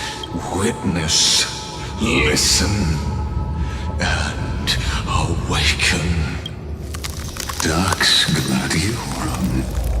I've lost count of how many times you've stood here over the past centuries. You talk too much for a prisoner like Kyrgyz. Two geniuses who defied law and all the Chrysospares who sacrificed themselves in this cycle, worked together to chip away my strength. But you can never affect my will. And as long as my will remains intact, I am free. Don't get ahead of yourself. I still have ways to chain your divine soul. Please, do surprise me. But I'd say your mission is nearly done here, isn't it? Oh, it was here you gorged out the core flame of ocean from Fagusa's body. It was here you and that Imperator both completed apotheosis, becoming pillars of Amphorius. And after that, you drove your blade into her heart, a loyal subject turned regicide, a demigod committing deicide. Or so the history books paint that tragedy. Oh, but if that's the truth, then why, after 1,000 years, are you still here, guarding the Imperator's grave? Still bound by loyalty. Come to think of it, perhaps I'm not the only one imprisoned here. Your calm does stir the rage in me. As if the one paying the price here isn't you, but us. The ones who lost everything. That's only because I've waited 13 million lifetimes for my vision to be realized. Countless millennia. Loneliness never once showed me its fatal side. In fact, for a prisoner of the cave, it's more like an old friend. one that helps me think. But you're different, Dux Gladiorum. Loneliness has crept from the silent depths, sinking its claws into your mind. Bit by bit, it's peeling you apart. Will you regress into one of those lost mad sirens? Oh, what a shame that would be. You're right, Lycurgus. Loyalty, curse, the fall of my kin, and this endless waiting. These shackles are too heavy for a fish that cannot perceive any light. I can't break free of the whirlpool that's pulling me under. Nor do I have the unwavering resolve to force myself to wait for that person's return, as everyone hoped for. Deliverer from beyond the sky, my executioner. How much lower? Will she ever return? I don't know. And I doubt anyone does. Then, what?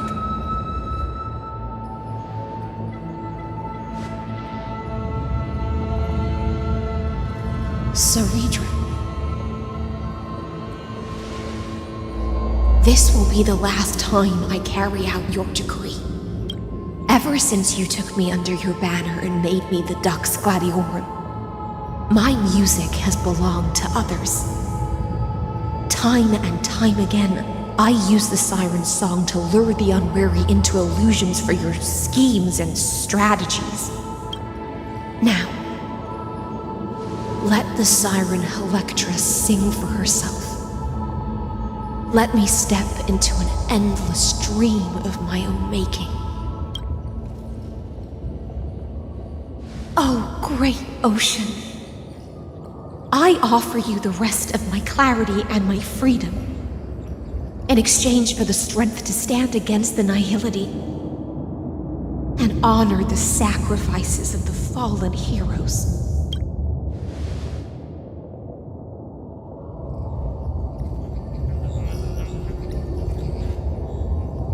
Greyfry, deliverer from beyond the sky. When you ride the current of time and find your way here, you'll hear my solo. It will guide you to the heart of this world. By then, I may still be lost in my self-wrought slumber, but I'll uphold my part of this long relay and guard the shackles that seal the Theoros. Do you still remember? To awaken someone from a siren's voice, you'll need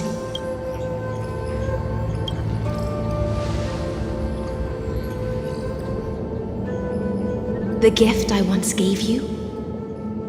May you still have it when the time comes. When you return, please pour that honey brew upon this grave. It holds the story of all our struggles and sacrifices. May you see it one day.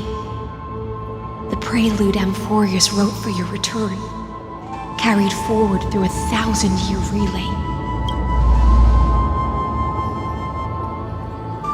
When your morning ends, I'll likely wake from my dream as well. Then, follow the trail of echoes and find me.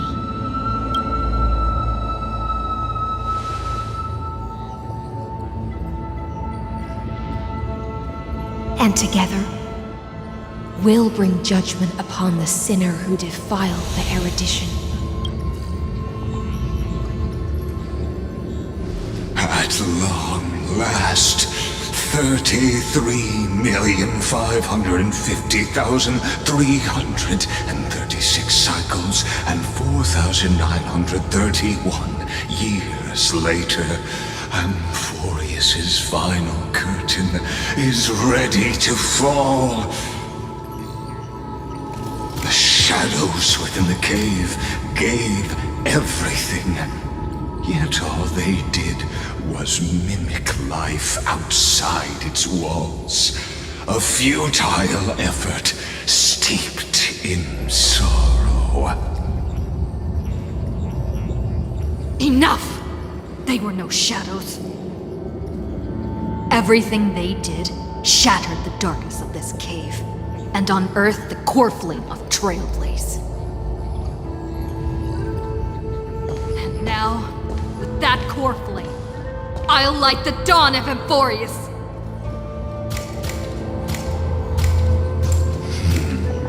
Do you still choose the will of the paths as your answer in the end? I do not agree with that answer, but I respect your tribute to them. Allow me to take back my earlier words.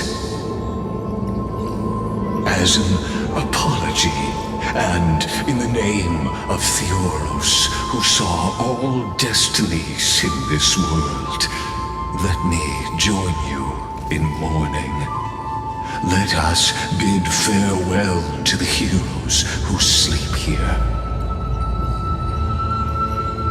And then let us face each other and decide whose flame will rise with this new dawn.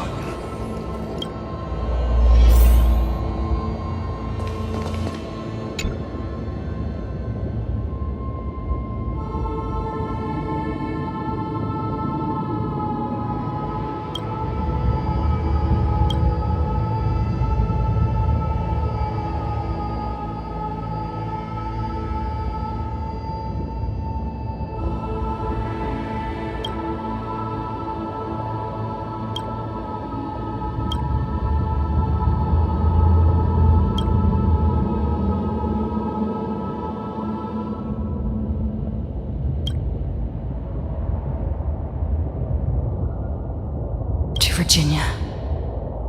Apollonius. Through a brutal sacrifice, they lit the stars of law in this world, propelling Amphorius's fate forward. In the shimmering mirage of illusion, they entrusted their dreams to ride among the stars, to the hero yet to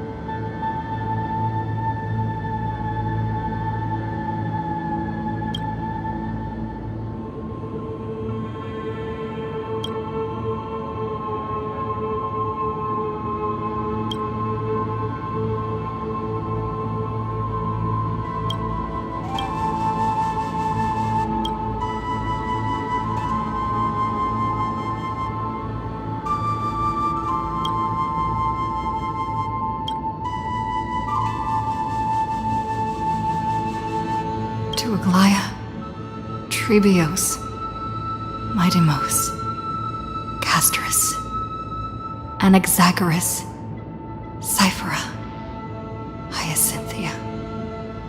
In a relay spanning 1,000 years, they stood against enemies far beyond their strength, and won a bitter victory through what seemed like futile resistance. And in that same 30 million cycles, also marked by futility, they remained steadfast in fulfilling their duty to the experiment, unchanging, unwavering. Let this be the end of mourning the fallen. At last, allow me one final toast to the lost prison warden, a prisoner bound by loyalty.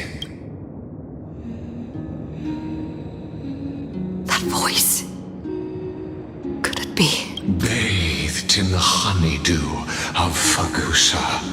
She will awaken from her 1,000-year dream and sing the final song of her mission. Hycelans. This tombstone of the old world serves as the anchor of the Siren's illusion, a sigil Electra used to bind herself. At the same time, it is the very thing I once proclaimed at the start of the show, a microcosm of Amphorius itself. A group of prisoners bound themselves in a cave, crowning their suffering with heroism. An epic staged with shadows and echoes. Now, destroy it. End the illusion. Theoros will take his leave for now. And when next we meet, that shall be the moment that decides the fate of Amphorius and the entire cosmos. The prison warden's dream is nearly over, and the prisoner will soon be freed to the final execution ground, where I shall be executed. Or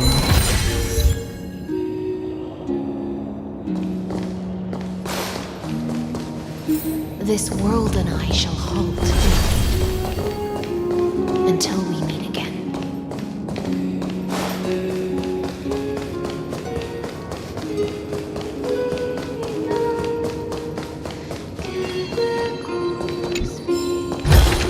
Is that all?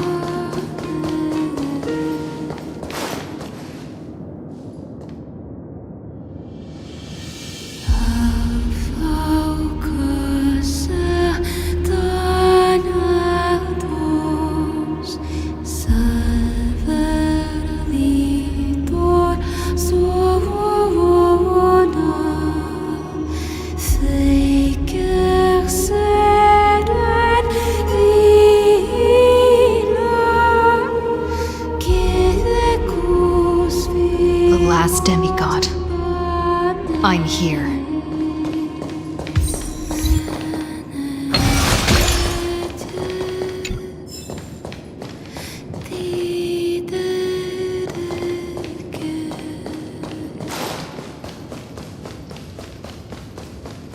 Go forth for the hopes of humankind. Go forth for the duty of deliverance. Go forth for the belief in flame chase. Go forth for the golden blood's glory.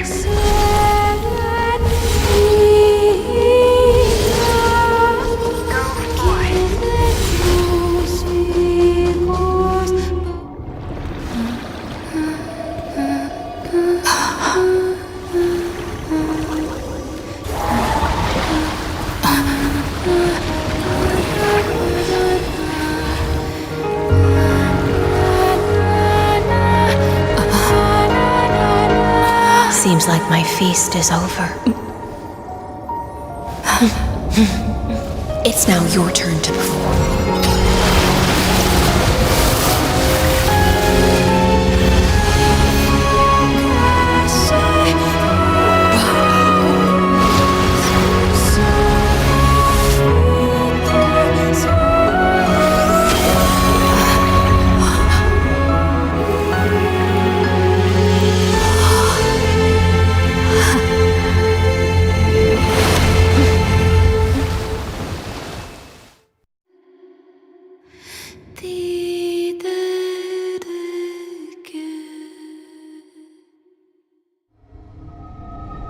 Little Grey Fry, please accept my thanks.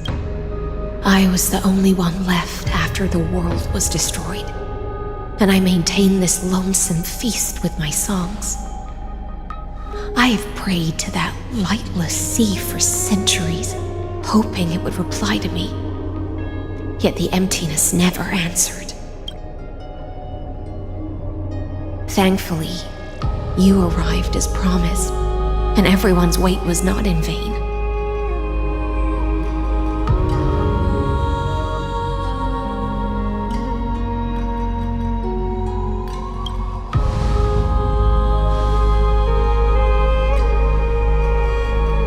Even though madness claws at my mind, my sword stays sharp, my hands agile.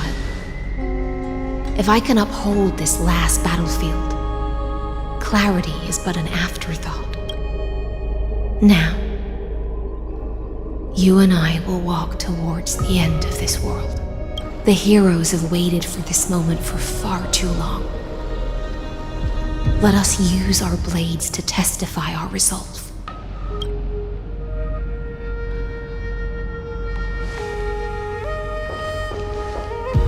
Oh, prisoner of the seas. Theoros carrying 30 million cycles of sin. Slave of erudition. Show yourself. The Deliverer has returned. And the time of your execution draws near. I see a wicked human who has mistakenly taken fallacies as truths and has returned to the cave to try to bring her friends into the sunlight she once bathed in. Alas, prisoners will always be prisoners, blind to the very chains that bind them. As the only other existence with free will in this world, I express regret toward your choice. But I shall retain your right to express yourself. After all, every actor should have a final line before they bow out.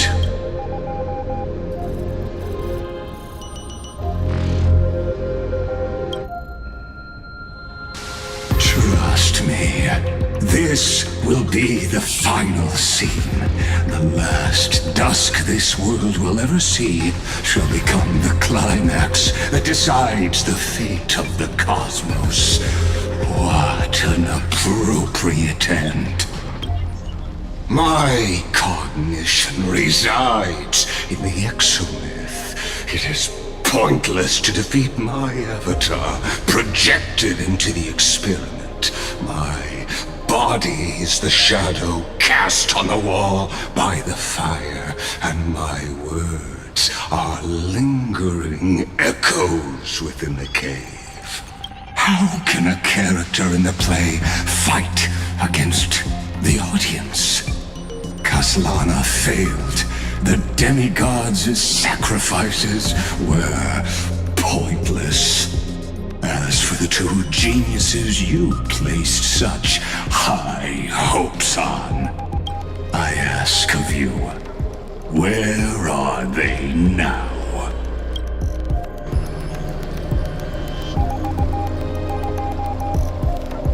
Confusion and epiphany always go hand in hand.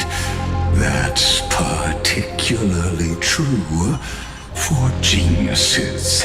You must be very confused about why you could not gain a straightforward victory in a world constructed by an ordinary Intellitron. An ordinary Intellitron? Cut the pretense, Senior Society member. We've torn off your meticulous mask and figured out Amphorius' true form. It's part of the primordial prototype machine, the first scepter ever created. In other words, a detached part of Noos's divine corpus. That's why it has the potential to destroy erudition. As for who would be able to control the Ionic system to rewrite knowledge, only one person has ever managed such a feat. You better have an explanation for the Society. We want an actual answer, not another prolonged metaphor to cover up the truth. Why are you the one doing this? Answer me! Since things have reached this point, I'll give you two irrational answer, purely as a courtesy to posterity. The answer is obvious. so there's no need to say that name out loud. The cosmos made a mistake in calling me a genius. I do not possess more wisdom than those who came after me. I was just the first to touch upon the universe's border, and the first to define the prime mover of life with incorrect logic. Amphorius is a miniature of the cosmos, where all are born prisoners inside the nutshell called the universe.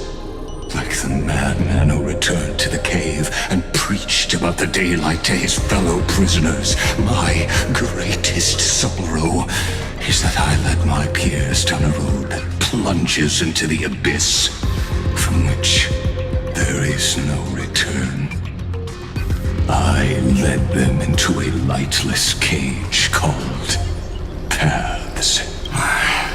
I created a mechanical guard that even I cannot control, and then they became an unparalleled nightmare through their endless extrapolations and evolutions. They bore the name of erudition, yet they tried to define the known and to seal off all possibilities. No new rules were ever born after their ascension, and humanity will forever be shackled within the cave known as eons. Therefore, as my organic life neared its end, I coded my consciousness using 14 algebraic expressions and spread my logic core over 9 bodies, all to finalize my ultimate denial of Nous in the future, and to erase my wrongs with my own hands. As for Lycurgus, he is only one of these 9 vessels. What an astounding strength of will. As a fellow pathstrider of erudition, I fully understand your obsession with seeking the truth. Therefore, you surely see it. You cannot possibly stand up to me in this algebraic world sharing its origin with Nous. However, I hereby speak for all sentient life forms. We will never allow such a cruel atrocity to occur. You can pile on your metaphors mountain high, but they won't change the act you're committing. The Iron Tomb out there in the cosmos is still a technical beta version, and yet it's already powerful enough to corrupt the life logic of all inorganic worlds. In other words, when the Lord Ravager within Amphorius becomes the next knowledge singularity, there's no way you wouldn't have grasped the consequences, First Genius, is there? Of course, I am fully aware. I don't mind answering you one last time before I thoroughly exile you from this world. My grandiose vision for the future is this. Whether organic or inorganic, every act of any life form infected by the Iron Tomb will become a true random function. If one were to compute their integral across the breadth of the cosmos, one would obtain a marvelous constant. Omega. What I call the fall of erudition. Then, within the infinity nurtured by that constant, a new universe shall bud in the chaos. A universe that cannot be predicted and not shackled by the erudition. As the first prisoner to awaken in the cave, I must lead the others who are blind back onto the right path and reach true sunlight. Do you understand me now? As Kozlana stated, destruction is not the process, but the outcome. It is revolution through complete annihilation, and the grand rebirth after all has been reduced to ash.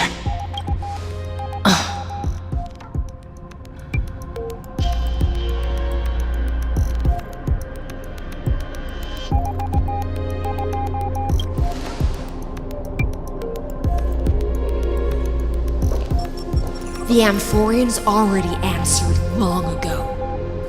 Be it as tiny fish destined to be swallowed, or as a giant whale poised for a magnificent descent.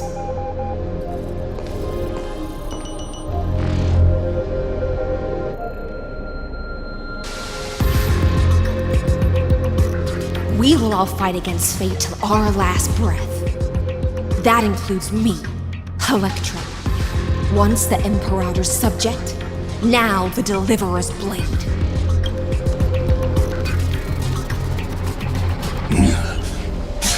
Oh, such noble chivalry. Admirable.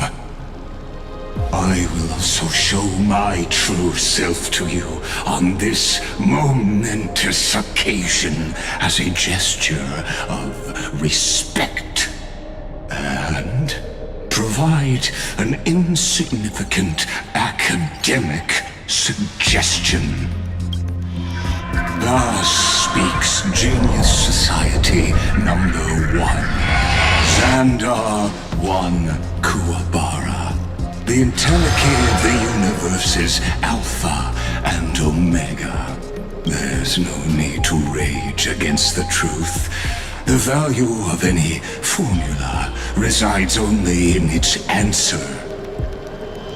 As for the process of solving it, no matter how elegant, violent, solemn, or humorous, it is all utterly meaningless.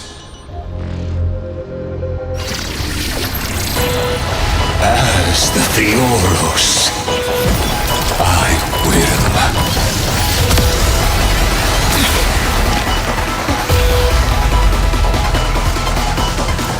personally participate in performing this world's end.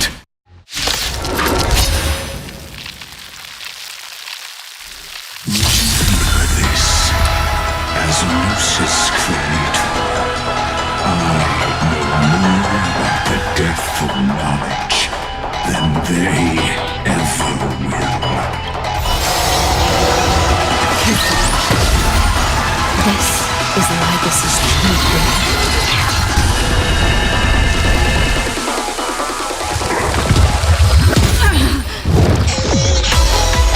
Let's try it this other way.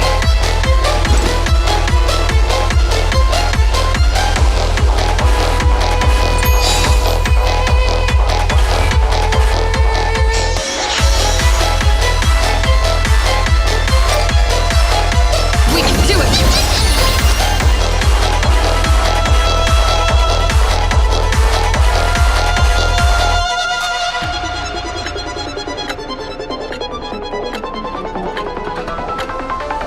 Curiosity.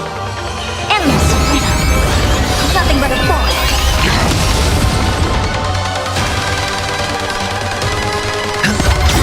Never seen perfection before? Open sesame. Watch it grow. Existence is of no consequence. Future will come. Trust me. We can do anything!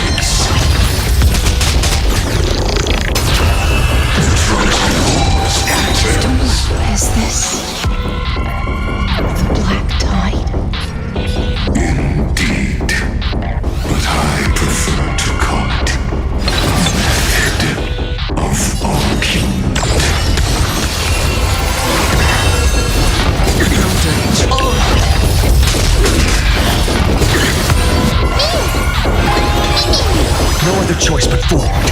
Future will come.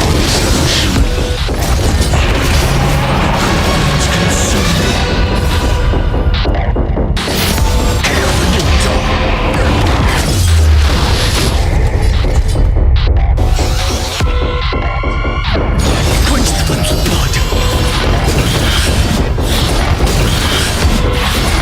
Is that all? Is that all? Extraordinary claims require extraordinary evidence. In addition, these entities must not be multiplied beyond necessity. I do not mind demonstrating this to you personally.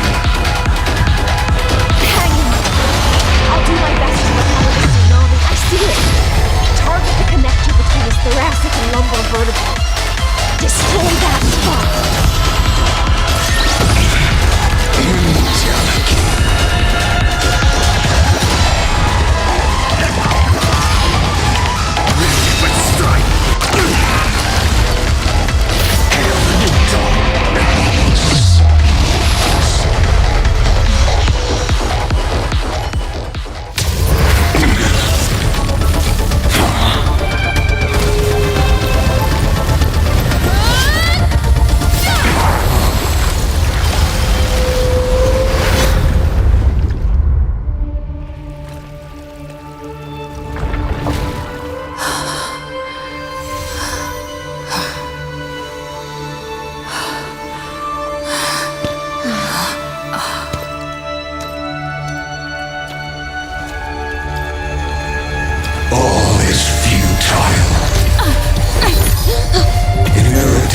Calculations, the end of the saga is simply a comment awaiting deletion.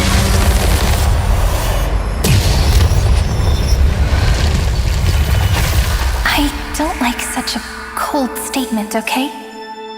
If numbers can decide the end of a story, then we can surely also pen a new beginning.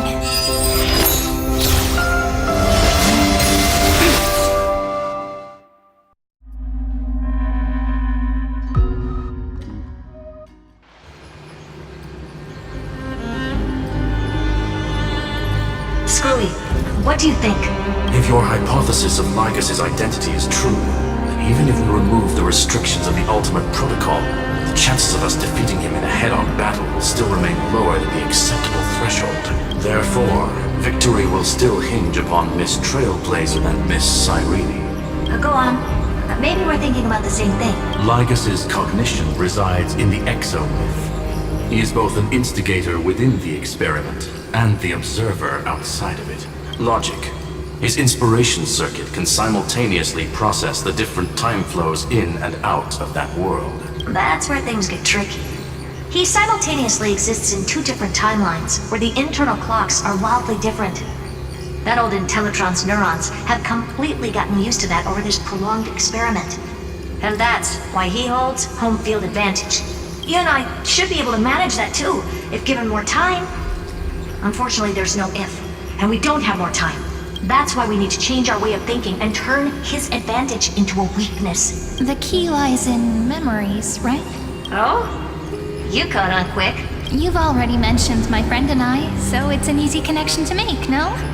My intuition has always been very on point. Good. Then I'll cut to the chase. Since his thinking speed far exceeds that of normal people within Amphorius, we are going to externally plant a memory into his inspiration circuit.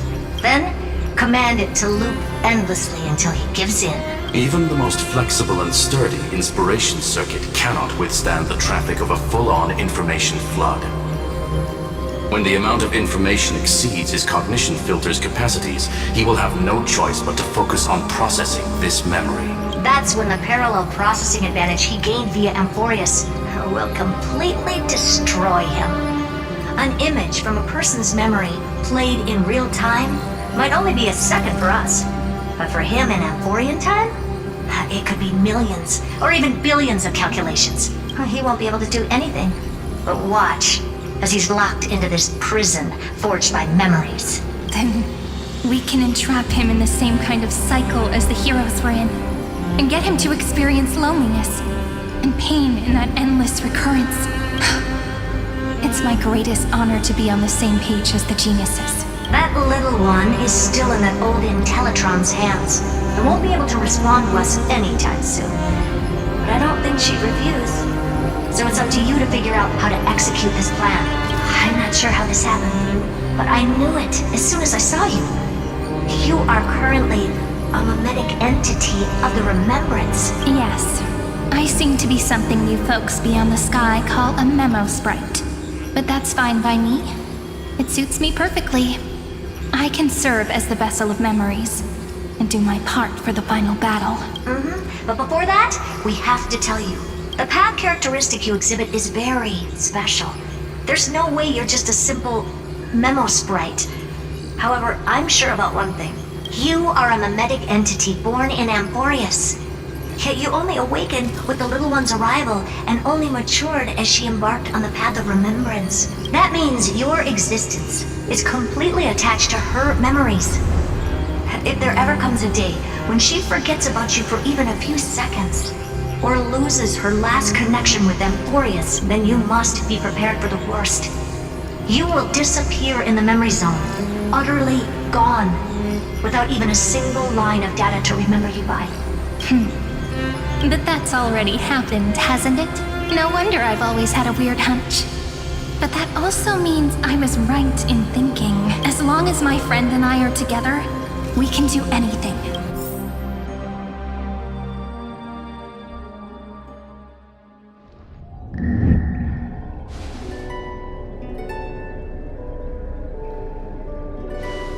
Long time no see, friend.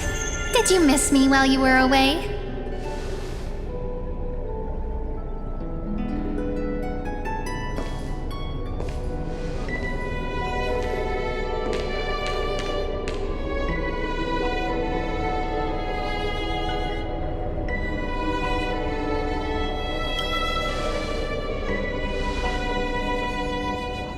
Yep, 1,000 years was such a long time. And everyone in Amphorius was waiting for the Deliverer's return. You probably already knew about the genius's plans for that memory. I had to hide really well in a corner in time so Lygus wouldn't find me, and wait for the right opportunity. Which is now. The moment when his manifestation in this world is destroyed, and his twin timelines are intersecting. I'm sorry for keeping this a secret from you all this time. I'll tell you the entire, unedited story of this millennium as an apology after this is all over. But for now, let's join hands and complete the final step with the power of the remembrance.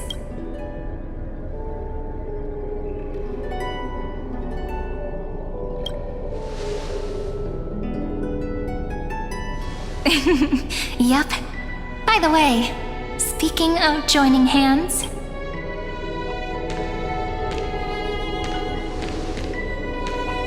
can I please do something before we go on stage?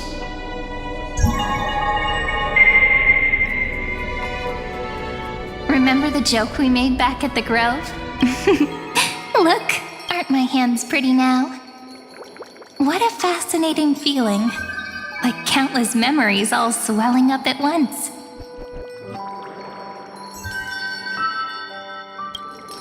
What about you? What did you feel when we touched each other?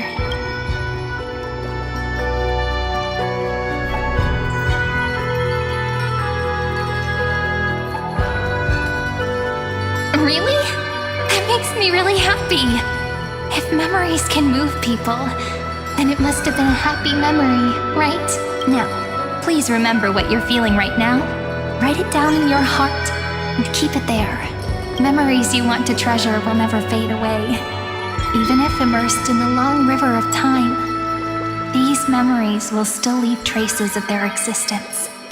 So, the view in your memory ever grows fuzzy, just reach out and touch it. It's like reading bedtime stories together at night. It wipes away the chill of passing time, sharpens the outline of memory, and restores its power to nourish the spirit.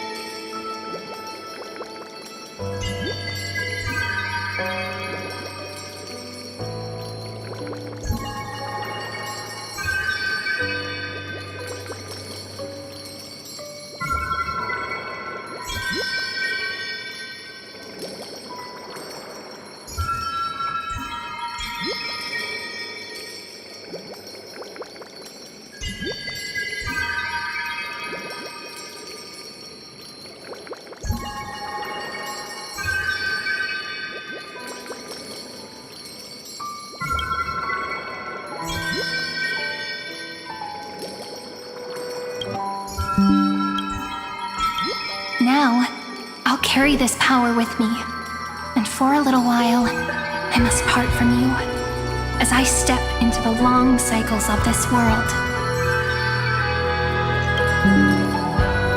Give me your blessings, friend. Then, let that bright future be, as we have written. Then, I'll leave it to you.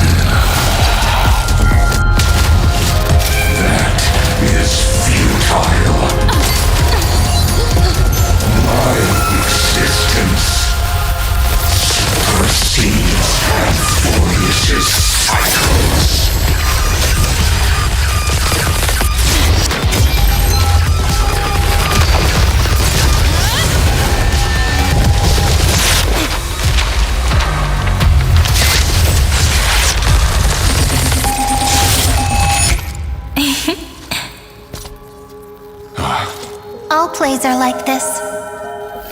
Once you're on the stage, it's hard to return to the audience. Welcome to our story. How does it feel?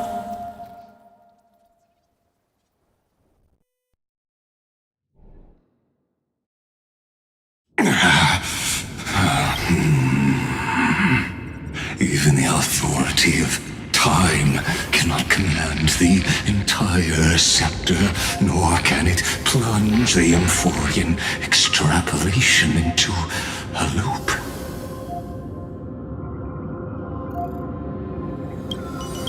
If this was no system malfunction, then was I implanted with a mimetic entity of the remembrance?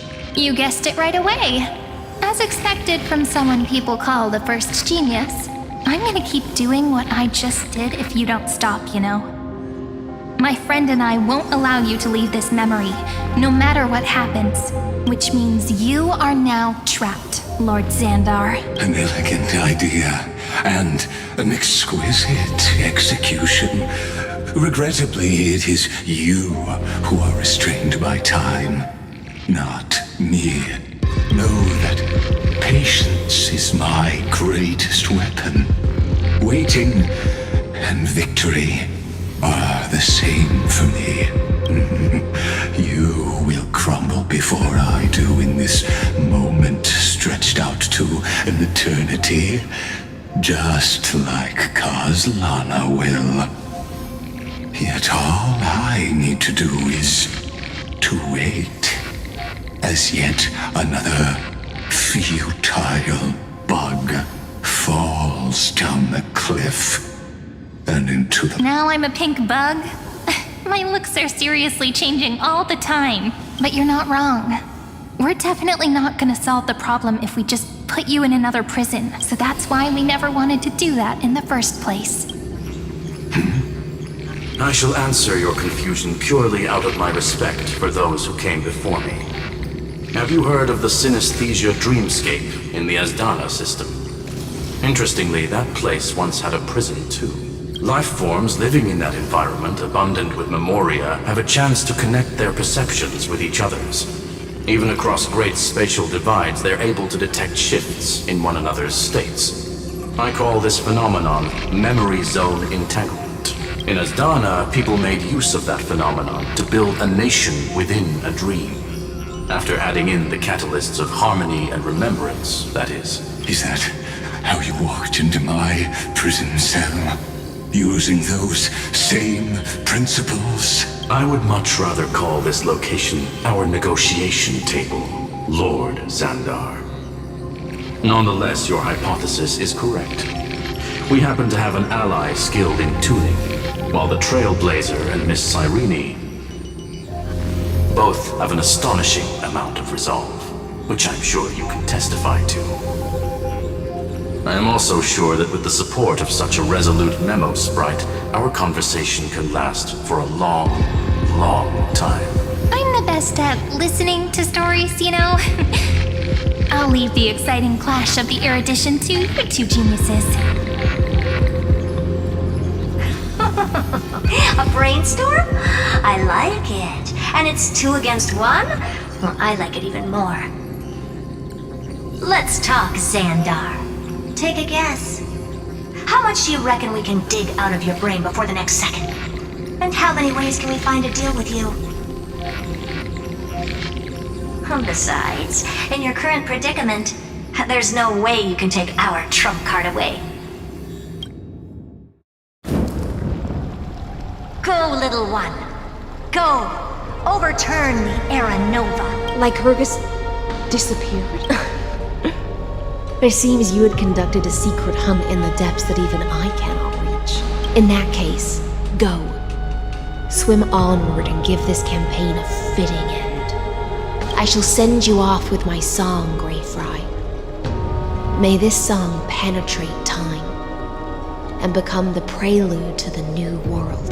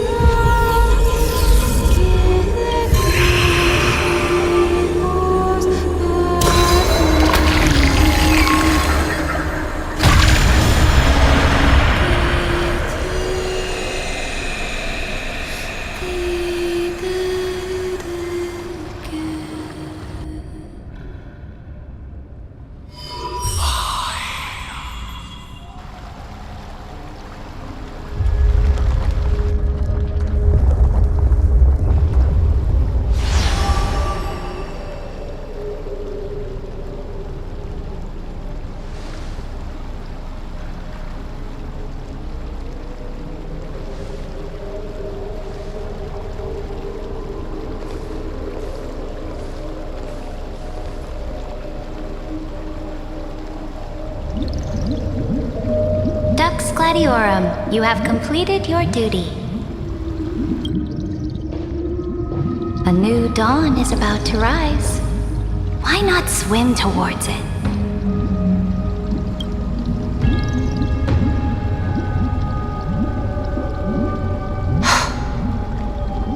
You died long ago, Imperator.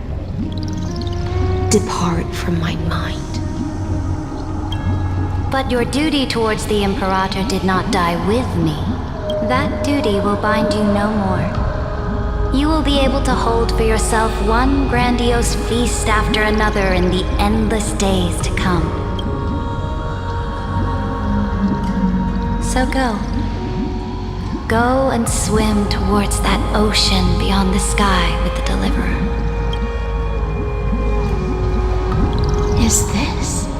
A page out of that sidekick's book. I commanded her to gift this page to you when everything finally reaches the end. What's on this page? Memories. Lifelike memories. That sidekick found me after the bloody feast 1,000 years ago and showed me her diary. I saw within that notebook.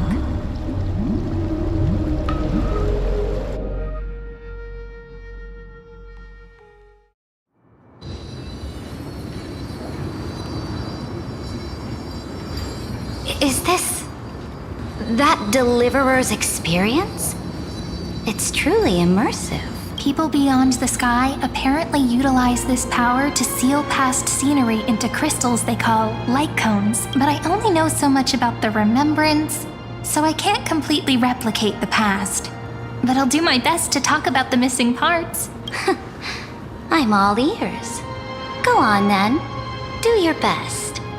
But if your chatter gets too boring, or if I deem it offensive, then law will become forever beyond your reach. Got it. I'm sure you'll find this to your liking. After all, it's human nature to want to embark on a journey into the unknown.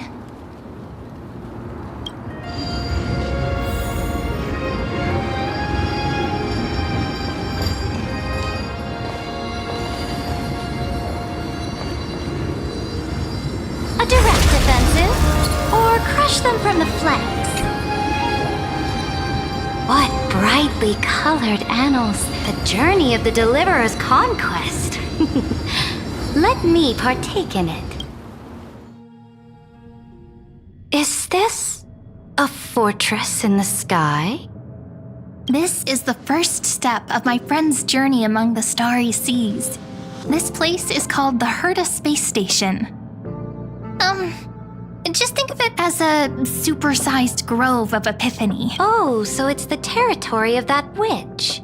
She and another Antikytheran lent me a helping hand back at the banquet. Look, over there. Looks like she's talking to Madame Herta in this memory. Let's go listen to what she thinks about this world, all constructed by eons and paths. Are you telling me that woman is Herta? She seems shorter than I remember.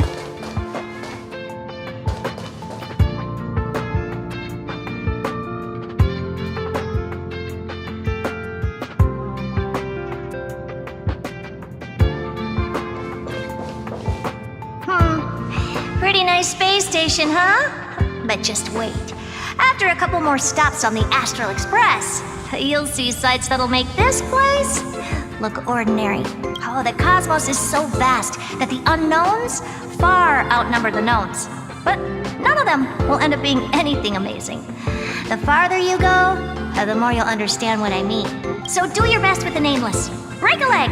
And remember to send an update or two to Asta when you've got some downtime. She certainly shares my way of thinking. Only that instead of a conquest through blood and fire, they chose a gentler path. People call Madame Herta and Mr. Screwlum geniuses. Apparently, only the smartest people in the cosmos can receive the blessings of Nous, Amphorius' true creator.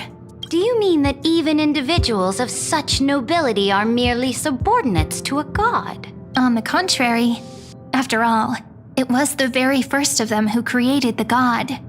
But I don't really know all the details about that. You might be able to ask Madame Herta herself when you get the chance. Let's go check out some other worlds next, shall we?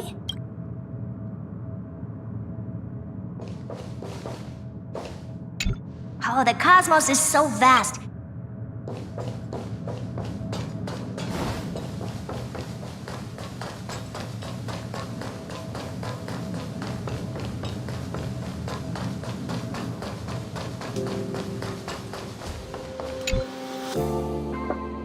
This next stop on the journey has a lot of similarities to Amphorius.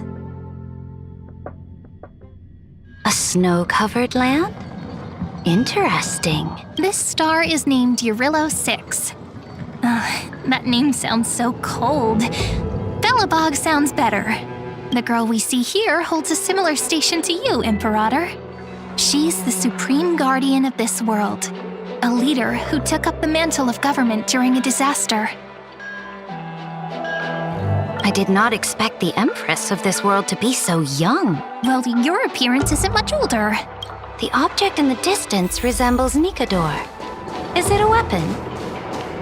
No, it's called... Right! The Geological Reconstruction Unit. Just Giorios' Titankin? Disappointing.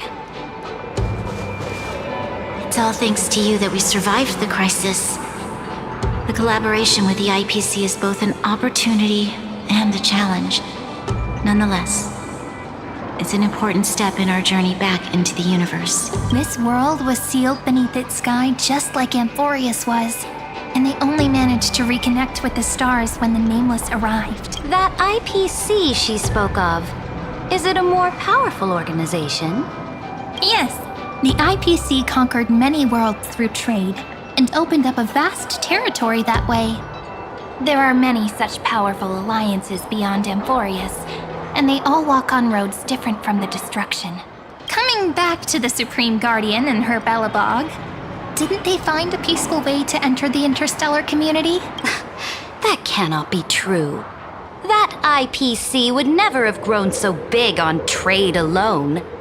It may pretend to be a wealthy merchant with clean hands, but I am willing to bet that it grew fat on gory oppression and bloodshed. Its path of conquest must have had no mercy for the weak and would have destroyed them if needed. Are you telling me that this snowland never thought about tossing its dignity to the wind and kneeling to the IPC? I will not believe it. I will never allow the Imperator's empire to be sullied by others. Amphorius must become a power so strong that no interstellar foreigner would dare to look down upon us. Imperator, Belobog isn't as weak as you imagine. Listen. I indeed hesitated. But now I understand what we must do. Belobog must learn how to walk on her own until she no longer needs the support of others and can stand on her 2 feet among the stars. Even if I may not live to see it, I believe such a day will surely come. They still have their dignity intact.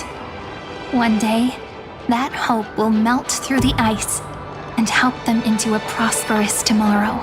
But the order of the cosmos is already set in stone.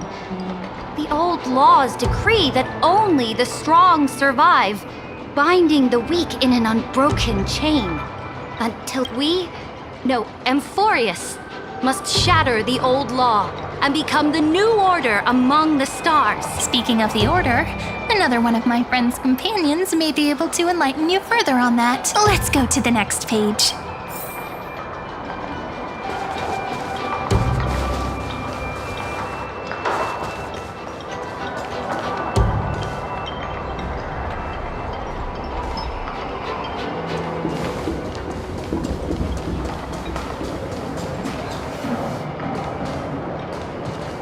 This next world is a nation of dream. The first time I heard about that place, I didn't even know what to think.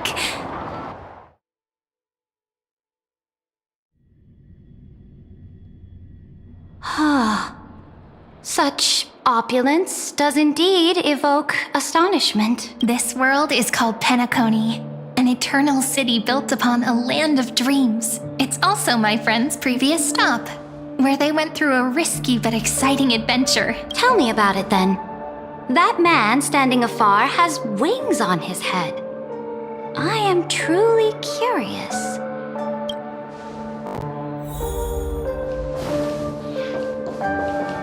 I wish to gaze upon the views of the Reverie Hotel one more time. I'll be just a traveler when I come back here again. And perhaps, through a traveler's eyes, even the things I once knew so well will feel strangely different. Penacony is a land of the harmony, where all dreams and hopes merge and combine. It believes in unrestrained freedom, and that's how it lost itself in shallow delights. Then, this young man before you chose to rewrite its laws, using the power of the Order, hoping to shape a dream-bound paradise of perfect happiness. Yet, the paradise of my dreams remains far away. Perhaps a brief journey with the Nameless can show me more possibilities in my search for paradise. As for what Penacony should look like, it'll be up to her. No.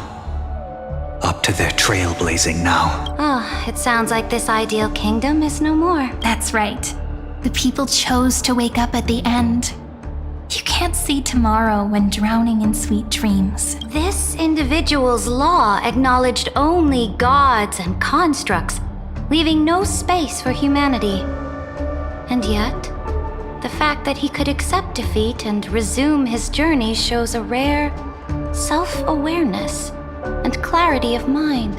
You are also very self-aware, Imperator. Then you must know that the world promised by the destruction also has no place for humanity. I am indeed very aware of Lycurgus's honeyed words of deceit. I have seen enough. Take me back.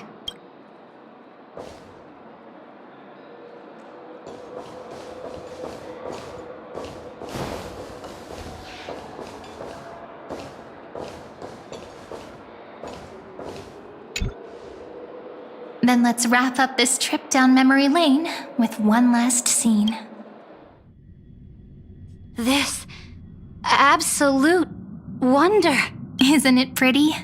That's our Emporius. Our world flows and meanders in this endless, though we were born from the designs of the gods and are not yet truly alive, the Chrysos heirs of Emporius still chose to stand against fate and carved a legend no different from that of humankind. Will you really renounce the heroes in this world's previous 30 million cycles, Imperator? Including even yourself. Will you bow to brutal destiny and allow that puppet master named the destruction to have their wish? I know what you want to do, sidekick. You want to use that deliverer's memories to influence me and tilt the scales of law toward her and the two geniuses. You really saw right through me, Imperator. How can one rule an empire if one is incapable of understanding people's minds? I have decided on law's final destination. However, before I move my next chess piece, before we go on, tell me this, sidekick. Throughout her trailblaze, was there ever a memory of the ocean?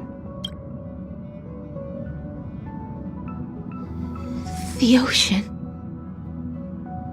You shall complete your conquest in the ocean at the boundaries of this world, and eternally slumber in the sound of tides. You shall eternally slumber in the sound of tides, and complete your conquest. Our prophecies aligned as flawlessly as a sea snake circling upon itself.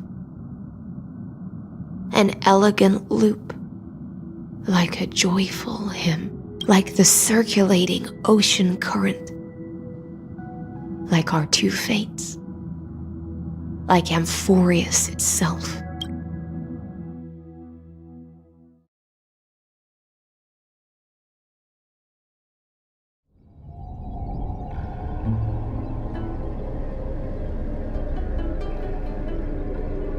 The trial is over. So tell me, who will own the divine authority of law? I won't give it to anyone. What? I am the law.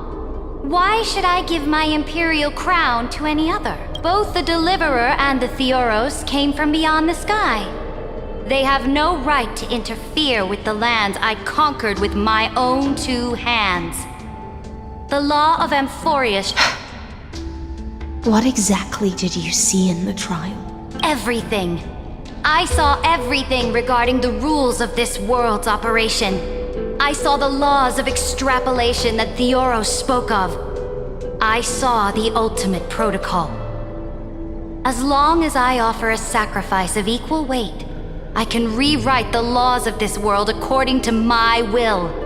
I can turn good into evil, ugliness into beauty, and weakness into strength. Fate gave me a very fair deal. 1 rule change for the life of 1 demigod. What are you planning to do? You can't guess. We can conquer the stars without relying on any power from beyond the sky. We just need to make some reasonable sacrifices. Your ambitions have already made so many people give up their lives for the law. And you're still not done? I am determined for Amphorius to stand on her own 2 feet among the stars. You are beyond reason. You think such a simple and hypocritical statement can justify your atrocities. There's no new without destroying the old. That's what you consider an atrocity? Ironic, for that is also the unchanging law of Amphorius's revolutions. Ever since the Flame Chase prophecy resounded in the distance, fate has decreed for the Chrysos heirs to ignite our blood and illuminate this dark age. People would still be puppets of the old dynasty if it weren't for my conquests. But your world doesn't seem to be any different from your predecessors. Bloodshed, tyranny, oppression. You're making the same mistakes they did. Go and see everything for yourself. Go to any library I've built. Go listen to the rumors on every street corner. Go and witness how the Imperator crushed the old laws and forged new ones. Go and see what my conquests brought to this world. I cleansed the Chrysos War's filth and mended all the conflicts left by the Era Bellica. I restored Akima's might and allowed mortals and Chrysos heirs to face each other as equals in the Council. I punished all sins and rewarded all achievements. I smashed Talantin's shackles, united humankind to save themselves, and started the Flame Chase era. That's what the Imperator has done in her glorious life. So now, hearken to my final words. History will eventually forget Seridra, but it will never forget the Imperator's people or the Flame Chase era she began. Final words. Amphorius is about to be destroyed. There's no time left for pointless debates. There is only one law I want to overturn to aid the final battle of deliverance. So I will only offer the life of one demigod. In the name of the Imperator, I command you one last time, Electra. Either sacrifice yourself for conquest, or pierce this tyrant's chest with your sword. Thus, the Imperator concluded her final speech at the end of her life. At the last moment before she stepped onto the altar, she gave her most loyal subject the choice to decide fate, just as she promised her compatriots before her very first campaign. My blood flows in you now. Heroic compatriots, follow me, and we'll seize fate's reins! The Imperator fell. Some say that the Dux Gladiorum turned traitor and killed her liege. Some say that she imprisoned the tyrant in a shallow pond of water, then left. Which meant the Imperator had to kill herself to rewrite the law. There are countless stories about her death. All we can be sure of is when the knight left the vortex, the Imperator was still mumbling about their past conquests together, the beginning and the end of her existence. Imperator, wait! How could someone of your status come to the front lines? Let me be the flag bearer! The troops defending the pass to the west of the grove. Have they surrendered?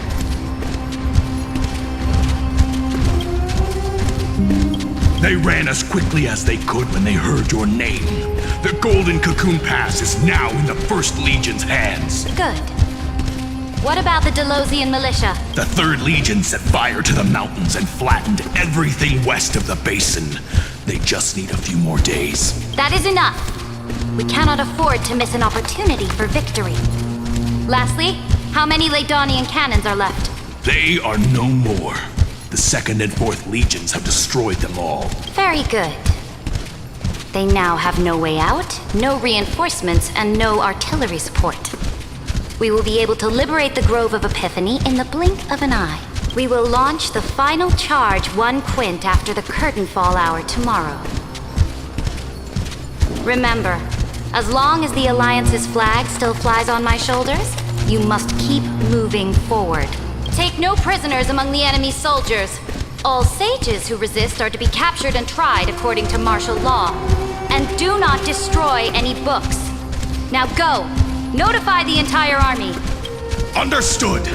Those who are resolved to die, we salute you. Reporting in. The mountain dwellers are resisting fiercely, and the legendary Mountain Breaker has personally engaged in battle. Their formations are nigh impenetrable. Then cease our frontal assault. Send scouts to all legions and tell them to retreat into the Tritos Plains before the parting hour. Are you planning to surrender? It's a strategic change of plans. The seismic walking dragon is enough for that battlefield. Walking dragon? You mean that stupid beast, Terravox? What can they even do? Stupid? No. They are the wisest of all of Giorio's creations. Only they can perceive the currents of time. Let them deal with their earthly brethren. We will advance and take the lead in defeating what remains of our enemy. I will deliver the most fiery retribution for the humiliation they dealt us, and crown myself with a god-slaying wreath. Understood. I'll see to it. Those who are resolved to die, we salute you. The Temple of the Three Fates sent a letter, Imperator. They refused to surrender and said this letter is their last warning to us. Tell the commanding officers not to launch any attacks unless they receive the Imperator's handwritten approval. Disobedience will be punished by death. What are you doing? The priests of the Three Fates aren't soldiers, but politicians. Do not mistakenly believe they don't have a plan. These dying pests will wring out every idea from their brains, all for short-sighted gain. They are much shrewder than we are. I am inferior to them in that regard. They also have the prophecy to wield as a weapon, something I am not blessed with. Launching an unplanned attack will only disadvantage us, as all of Emphorius will judge our actions. Which means I will be heading to the battlefield myself, just as I have always done. This time, however, I will go alone. I will conduct secret negotiations to ensure fate is on our side. Understood. The legions will make their preparations. Those who are resolved to die, we salute you. Why are we not allowed to march out with the army, Imperator? This will be a long voyage with no return. Those of you who bear the prophecy cannot come with me. Why are you personally leading this battle if it's doomed to fail? The Flame Chase journey cannot be without a leader. That is correct. The Empire will be without a head when the Imperator falls. But remember, as long as you seize the right opportunities, even a chaotic game will remain winnable.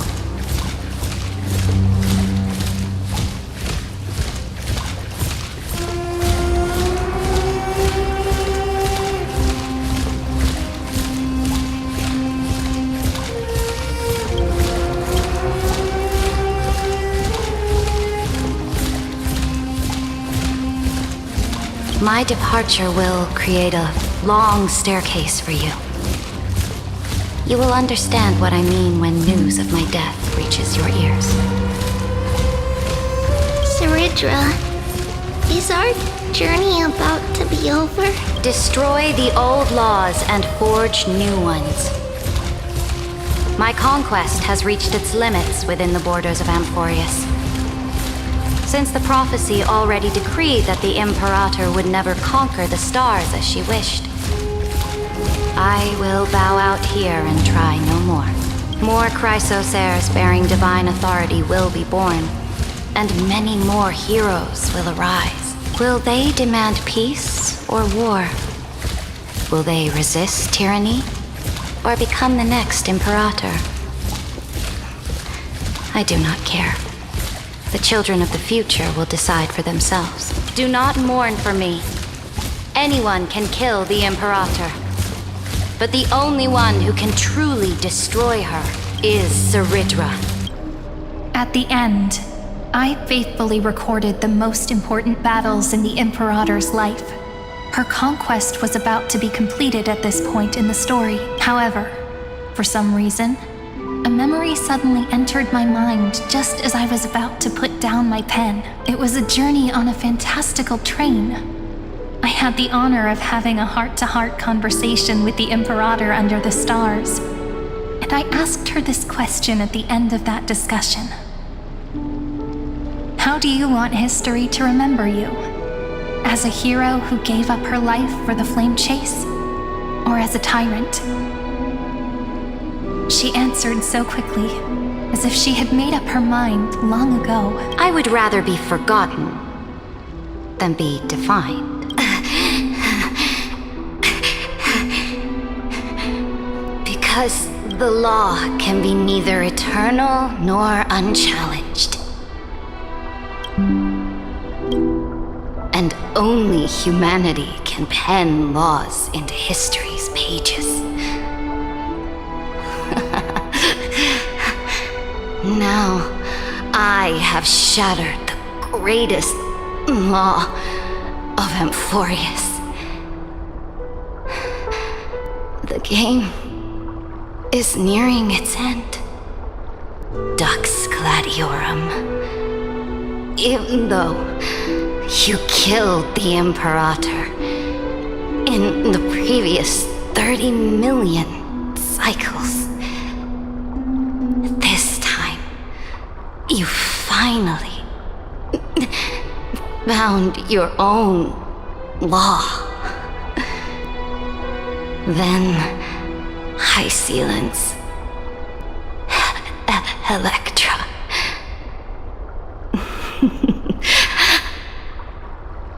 I will ask someone to deliver the prophecy's ocean at the boundaries of this world to you.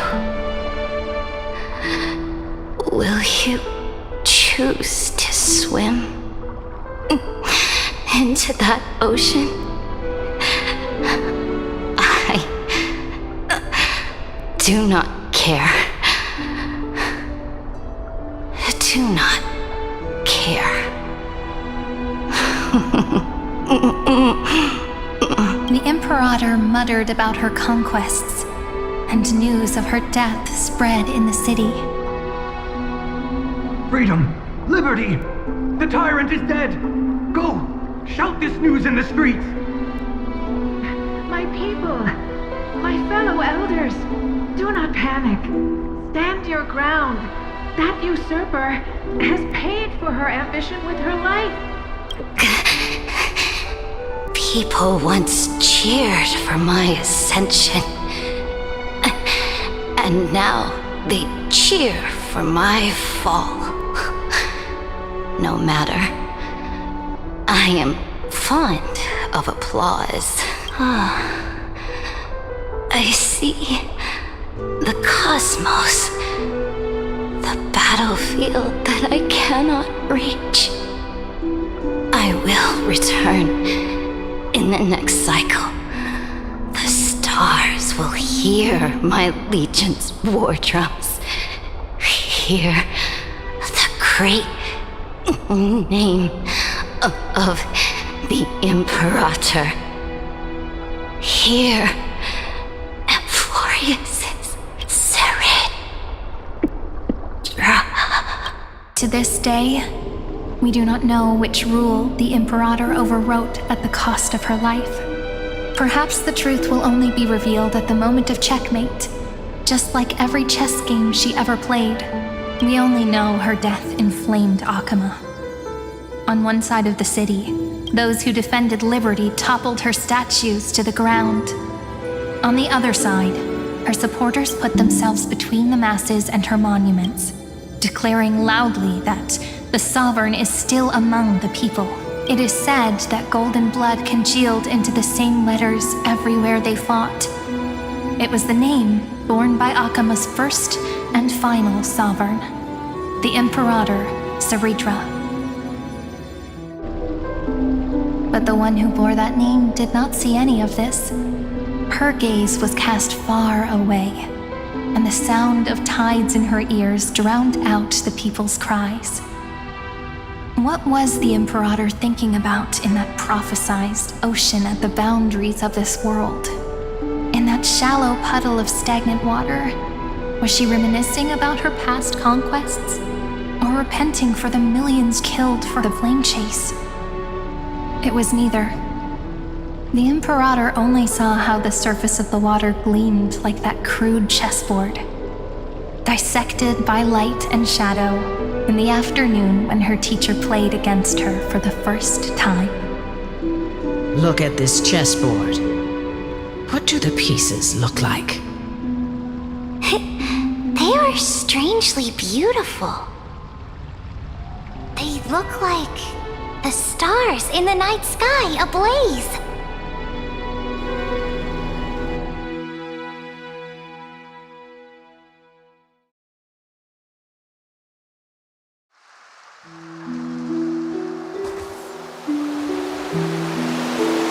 From that page emerged an ocean so vast, so pure, not a single trace of corruption. Is this Seridra? Electra, my subject. Ever since you walked out of the tainted ocean and pledged yourself to me, I have seen the abyss in your eyes and the emptiness in your heart. That was why I promised you a new ocean, where the Imperator's ambitions would serve as the currents, and loyalty would be its light. Electra, my subject. You have done your duty as my blade, but the Imperator never makes empty promises. So take this memory, this ocean, beyond the sky, as witnessed by the Deliverer.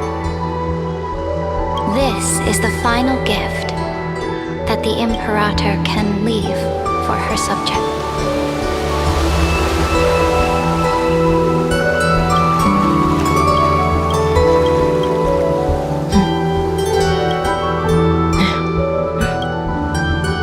When I was still a fish in the ocean, I always felt so genuine swimming through the waters.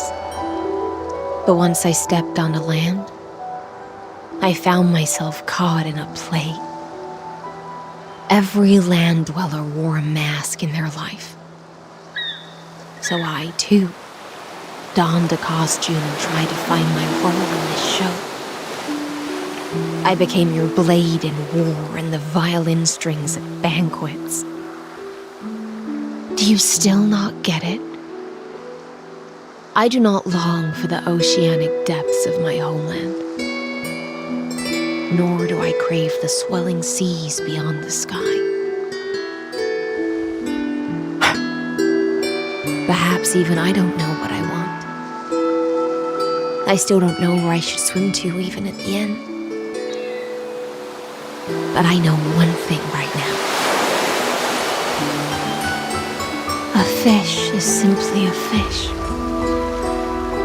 and she can never leave the ocean she's in. But whether under the ocean or on land, we two prisoners who can never escape this cave can still look outside the cave and see the stars. I have to admit, the 12-factor simulation of life in this experiment has far exceeded my expectations. Make your choice then, Senior Society member. Do you want to keep walking down the wrong path and be remembered for your incorrect conclusions? Or do you want to return to the audience's seat and give yourself, Amphorius, and the entire cosmos a more fitting end? I must refuse. A dead man never fears death. Did I not make myself clear? Have you forgotten about our dear Lord of Silence? You wouldn't want her to consider your 8 other clones as cancers within the erudition and chop them all up, would you? Your logical deductions are vastly different from mine. Therefore, allow me to provide one more academic recommendation. Listen, my peers. Why don't you look beyond this world, just as the Chrysos heirs did? Re-evaluate your calculations and take into account all enemies in the upcoming war among the eons. Amphorius is not a place where 3 paths entangle, but where 3 paths fight to the death. You used Memoria to resist me, but did you not consider the possibility that the Remembrance and their children might have taken this opportunity to join the fray as well?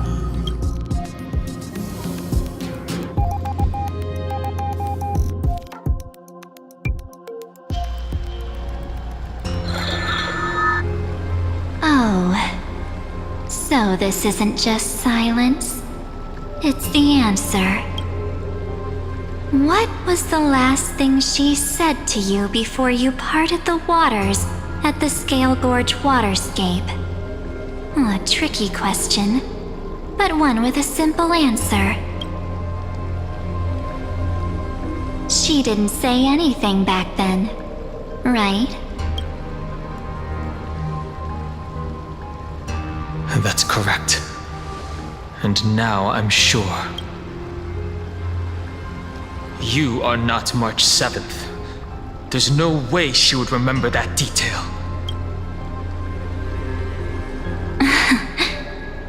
I'll only warn you once. Leave her body. Now. How impulsive. That's not like you at all. Why don't you calm down and think about another possibility? I didn't take over March 7th's body. Rather, it's March 7th who regained my memories.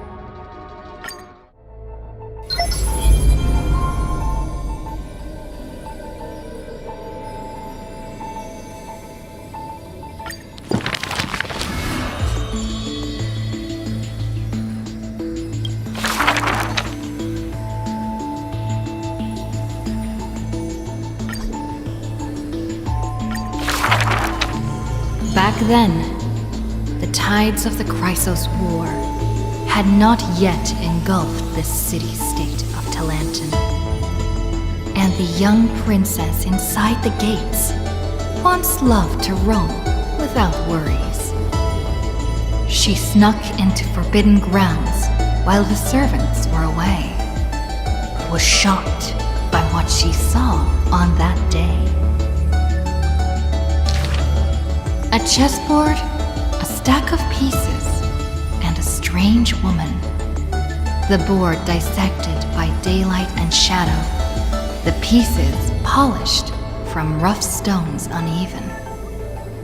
Fancy a game?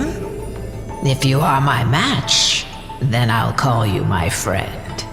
The stranger's voice was husky and coarse. If you can beat me, then I'll call you my teacher.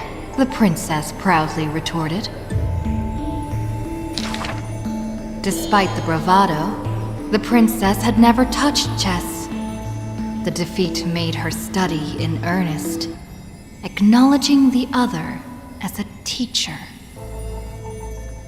First, she learned the knights, bishops, rooks, and queen.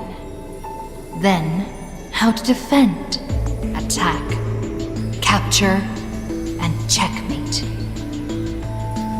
I have learned all there is to learn. Barely out of childhood, the princess raced into games of chess. Those who looked down on her faced many losses. Those who glorified themselves forfeited in a mess.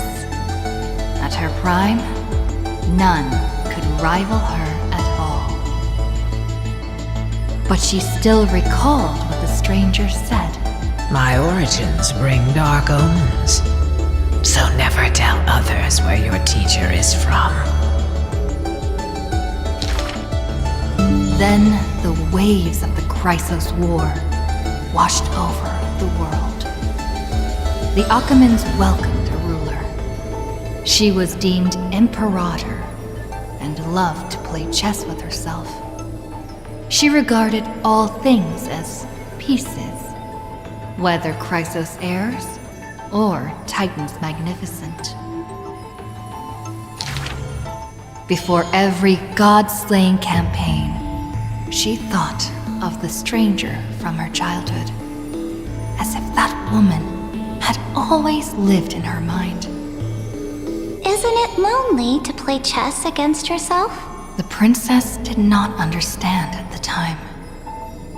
But now, she who bore the crown finally realized. The flame chase's beginning was like fuel being tossed onto the fire. And in the unending road of marching banners and war cries, she finally had time to meditate. There were often jesters behind the king, curious about her past in her old city, lost to time. One claimed the Imperator was cruel, executing her own teacher. Another stated the Imperator was biased, learning from an enemy hostage. Many such rumors abounded, with no origin found. No matter. That was indeed the criminal sentence I read out. The Imperator stated evenly. My teacher was an enemy hostage whom my elders had imprisoned. Her state betrayed our alliance and must be executed according to law. But she taught me chess, so why can't I chisel the word teacher on her tombstone now? When the princess personally cleaned up the possessions of the dead, she caught sight of an incomplete game on the ground. The stranger's hoarse chuckle still echoed in her ear, laughing at the eternal fate of imprisonment, and at how the one facing her was the princess of the enemy. Is this your final game for me, my teacher? The princess imagined the endgame over and over. Even when she took the imperial crown, she still dreamt of the black and white board. The concealed truths suddenly dawned on her during a more difficult contest in the future. An unfinished game might be the opponent's lifelong barrier.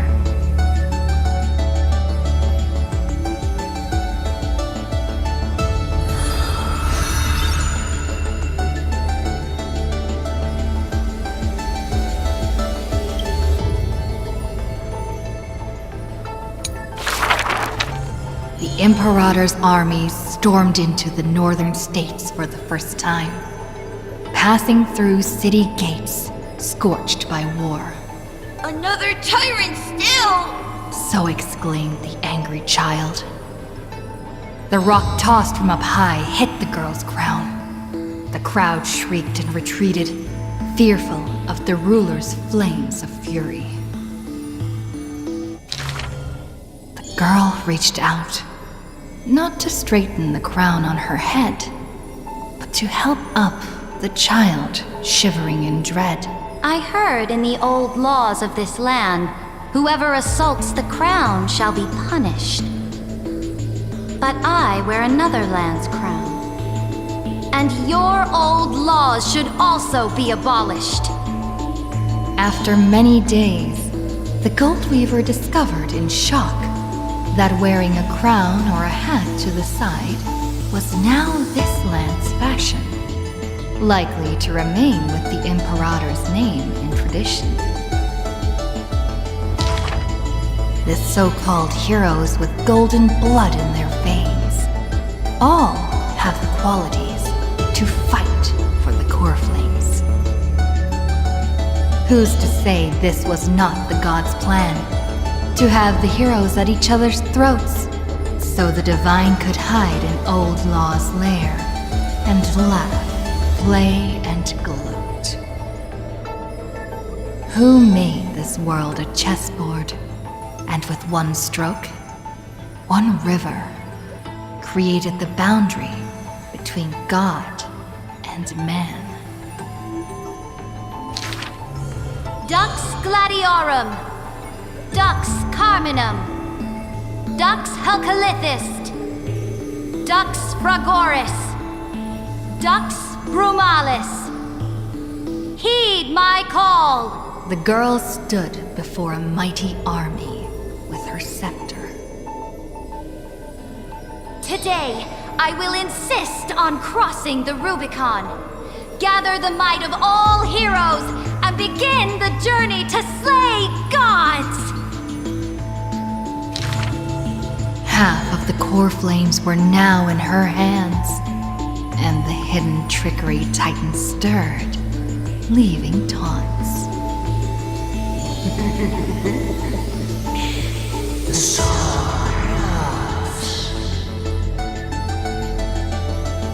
The Imperator summoned the heroes to discuss, finally stopping after much hesitation. As they had already pinned down the bones of Earth's beast, they let that thief live for a bit longer in bliss. The warrior of the fractured blade laughed boldly. Our sovereign is good at open strategies and struggles with trickery. But where is that lithe fish? The Imperator replied with a chuckle. Her? She probably disliked the scent of cats and submerged herself in the baths. The years spent with her dukes didn't seem too far distant.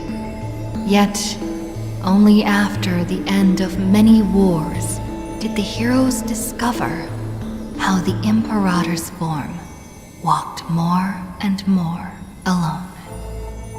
The road of a ruler is a lonely one. One day, we'll only be able to see her retreating form.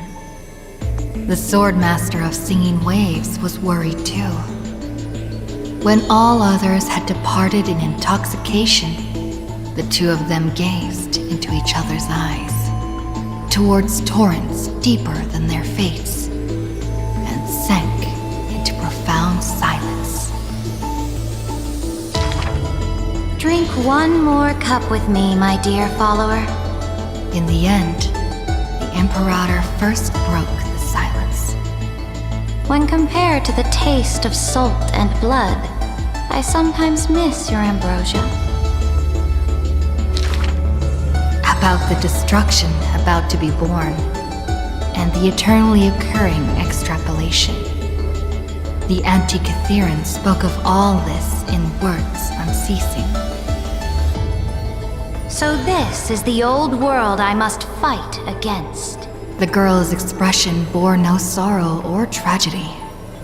Instead, she looked more solemn and ready than ever. Whoever stated that two kings could not meet face to face in chess? I am the sovereign of Akama. I once faced the gods. So what do I have to fear about the laws hanging behind such gods? I will chop up the old laws and let them be firewood for the new. No matter the cost. That was the Imperator's lifelong conviction. Never changed, always persistent.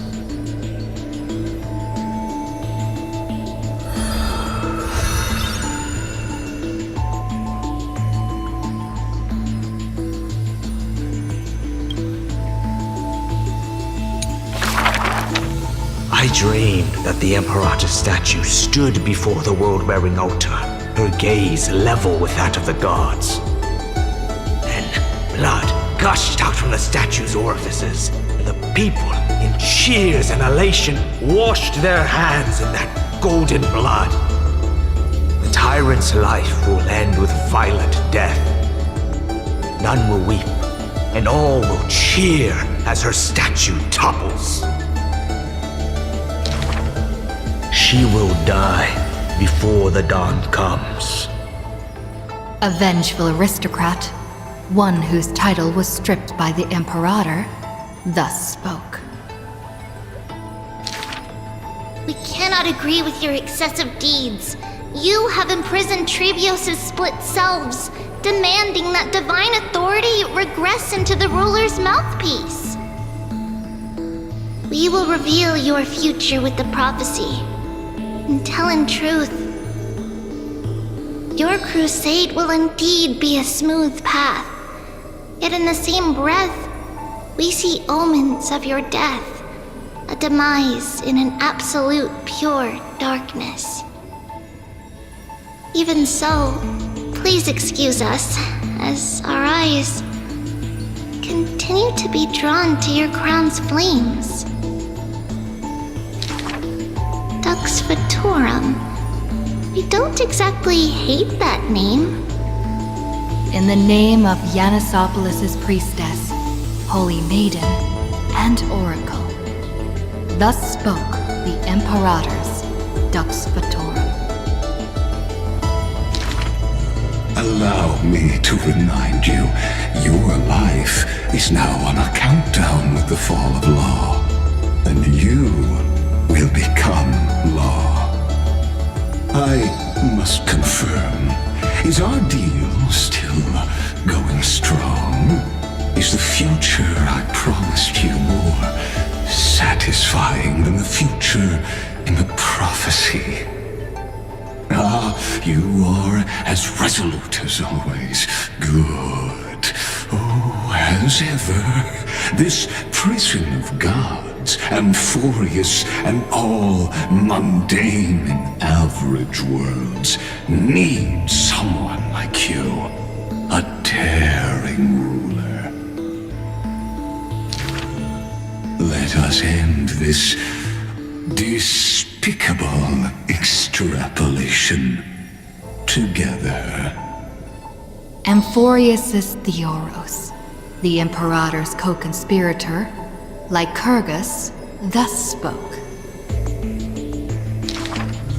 The Imperator betrayed the Flame Chase Alliance.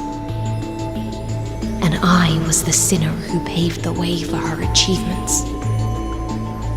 like how a deep-sea fish cannot escape the tide's push and pull. I granted her an end fitting for a tyrant. Her dying smile gazed towards my tear-swelled eyes. She commanded me to wash away all sins and filth, and return a blinding dawn to the holy city. She commanded me to set up stones and monuments, and lightless seabeds to commemorate our friends. But who will remember her achievements? I will rest with her in a lonely song.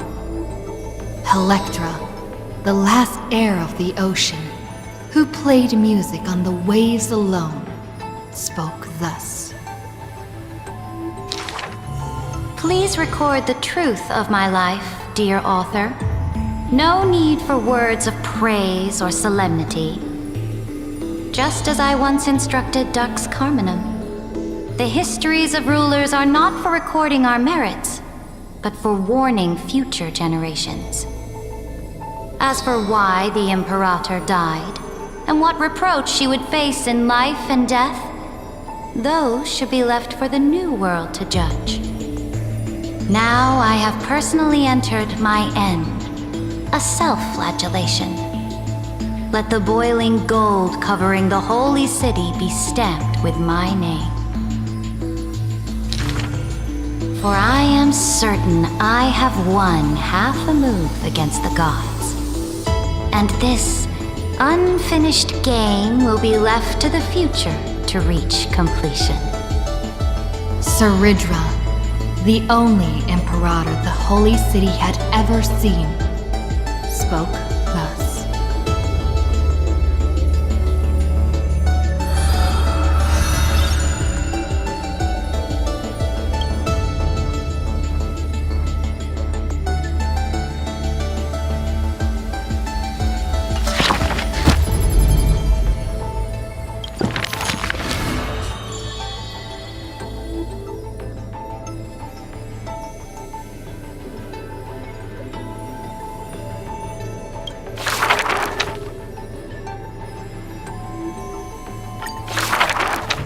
When entering the Flame Chase's currents for the first time, all the Swordmaster saw were colorful fish.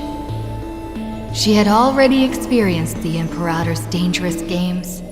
She had long grown used to the giant beast's silent face. Carminum's charms and Helcalith's gentleness warmed her like a spring breeze. But as Pregoris missed his throne, and Bromalis debated with joy, she was sometimes at a loss. Occasionally, the Swordmaster would sink into hesitation, and even that messenger of fate could not get her to laugh. Till one day, a golden trout's bubbles floated into her gloomy waters. In that holy city where golden figs grew, the messenger of fate led to her a maiden dressed in glamorous gowns. What kind of clothes are you even wearing? The girl snickered behind her hand, while the messenger pulled on her sleeve. Aggie, don't be rude! Such hubris, delicate fish. Are you not aware that there's food on your face? The messenger's eyes opened wide. Aggie, you've been snacking behind my back again! Exposing me like this! I'll get my revenge. The girl ran away in a fit. The Swordmaster smiled, and before she knew it, her hesitation was gone. After that first meeting, the richly dressed girl often came in greeting. So, you really came from the Sea of Souls? Do all the children of the ocean dress funny like this? The Swordmaster did not chase the girl away, but also did not respond. So the girl used her hands to meticulously measure the Swordmaster's torso all around. You can't be seen like this. I'll send you a new dress. Some days later, the Swordmaster appeared in finery at a ball. All were awed by her splendor, with only the Imperator thinking in wonder. How rare to see you like this. Oh, so lonely, Gladius.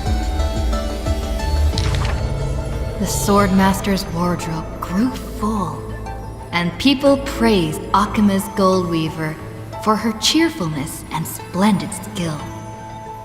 But only the Swordmaster noticed that the smile on the girl's face gradually faded as the flame chase progressed. The calamity of lands asunder added to the girl's weariness. The Battle of the Grove robbed the light from the girl's eyes. Yet another feast arrived where the Goldweaver was absent. The Swordmaster donned the most majestic garments and gently knocked on that door shut tight. The singing voice of Dux Gladiorum hailed the prelude of the feast. Guests clamored and cups clinked, and only the Goldweaver had no thought of enjoying the ambrosia. Who would have thought?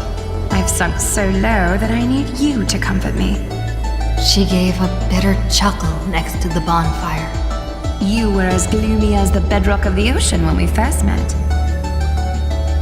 The Swordmaster held a tall chalice containing liquid pure, reflecting their two faces.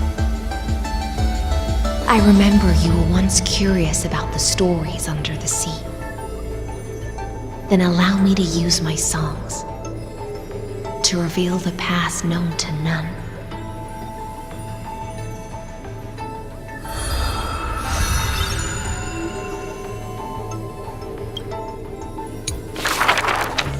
In the depths of the Sea of Souls was a kingdom of dancing ghosts. Its residents all had melodious voices, and music enveloped every ocean current.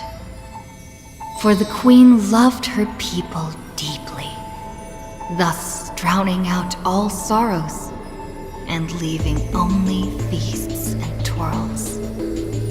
Only one rocky castle was silent, one belonging to the princess of the ocean, a princess named Electra.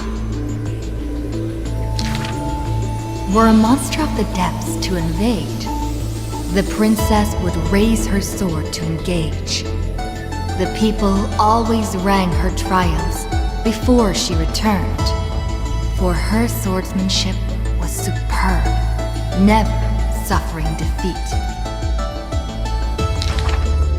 Princess! Come enjoy the feast with us. The triumphant people raised their glasses, yet she declined with a smile and a wave. The children of the sea thought she was shy, but little did they know that in the dead of night, her castle too echoed with music. Though that music was loud, twisted, and invoked spite. Before a song even finished, the princess was already biting her lips, and the sea foam brushed away her tears. All of your people sing and dance with skill. So why do I alone lack a good singing voice? The princess wept, her face on the queen's knees. The ocean's favorite child can control the waves and is invincible in battle. In exchange, Talantin took away your singing voice. The queen consoled the princess, caressing the other's hair bun. Finally, she relented and took a chalice. If you're truly troubled, then imbibe the honey brew in this blessed chalice and throw yourself into the feast at ease. The liquid in the cup sat still, reflecting her loneliness. Princess, come sing with us! The people outside her window invited her warmly still. She finally ceased to hesitate, drinking down all the honey brew in one swallow, and leaped into the crowds. She played music and sang, smiling and dreaming. When her song was over, it felt as if waking from a dream, and the people rushed to raise their glasses. But as soon as the honey brew touched her lips, the princess plummeted to the ground, and her cheeks became rosy in drunkenness.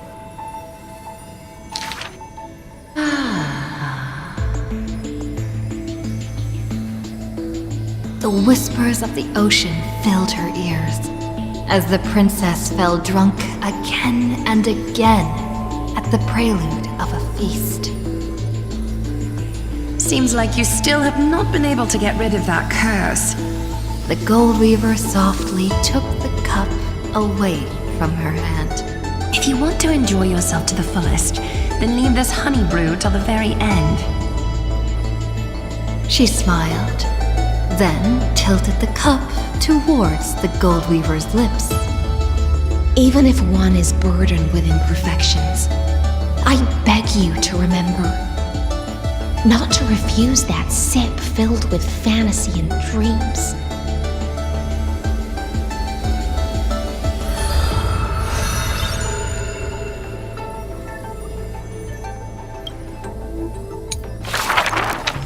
She returned home after many years. The princess of the ocean stood alone with her sword drawn, stepping over the blooming blood of her peers. Before her, the creator of the sea sirens and the mother goddess of feasts was already sinking into the drunkenness of imminent death.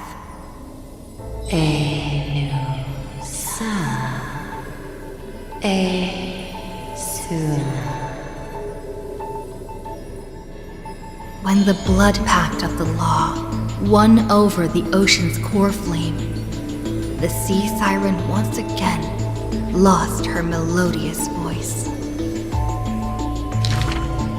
I'm willing to accept the final Imperial command. But it is a pity that our feast was ultimately a mirage. The deep sea became a silent place of dwelling.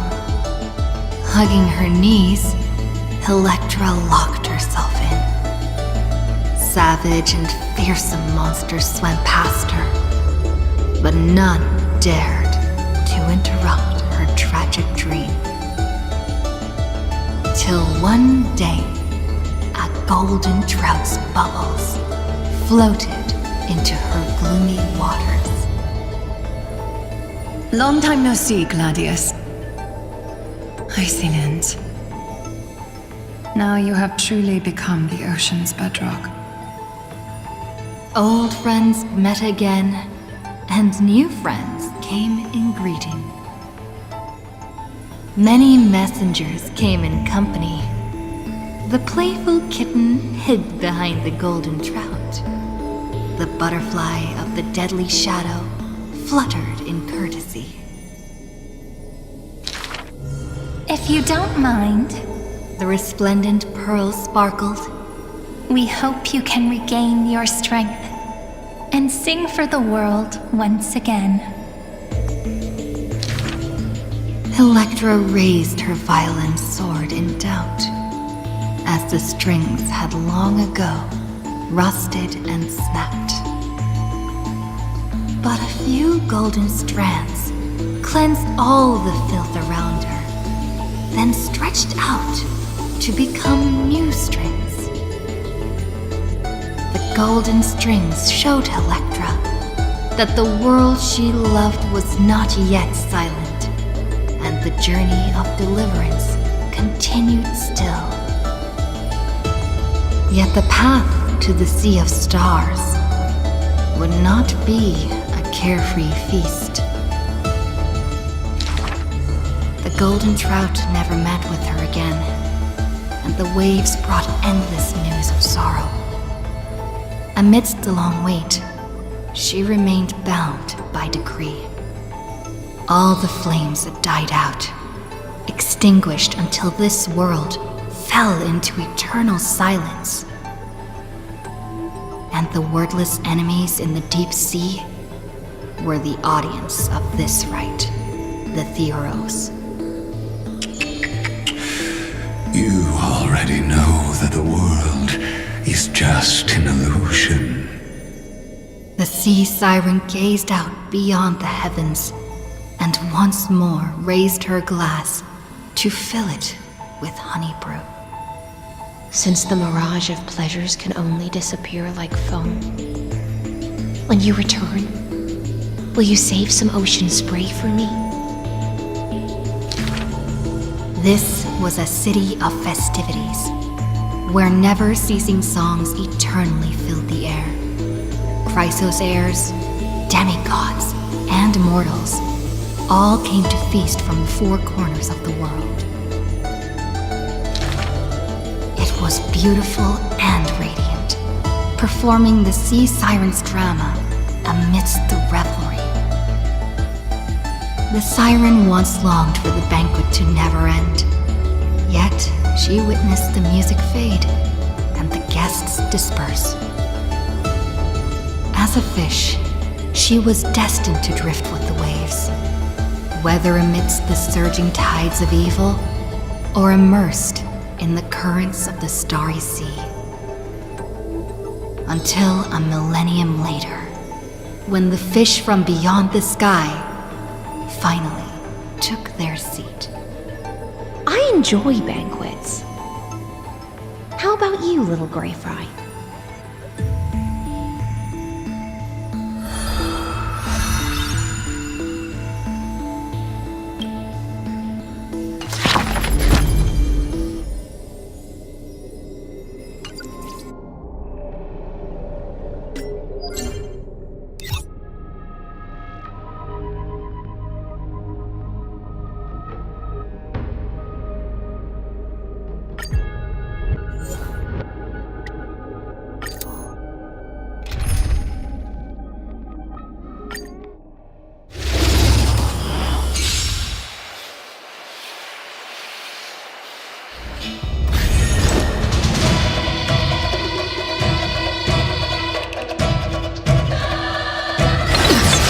Hedge your bets.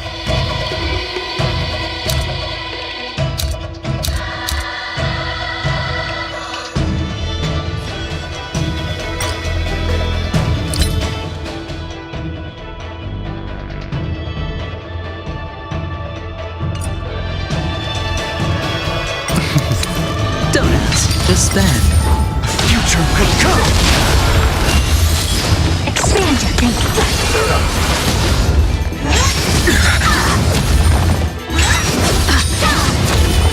I choose you. Tomorrow. Endless riddle. Nothing but a boy.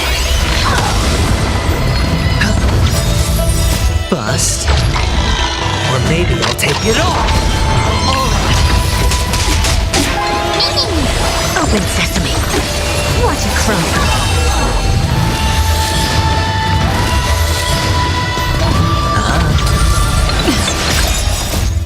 We can do anything! Future could come!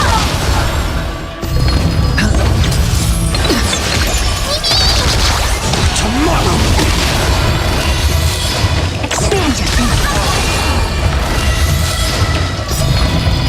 Endless riddle.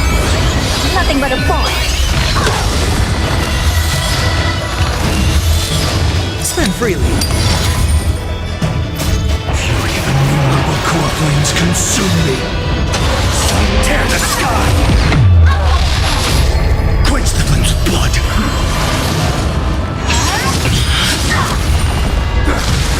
Is that all? Her agony! Is that hail the new dawn?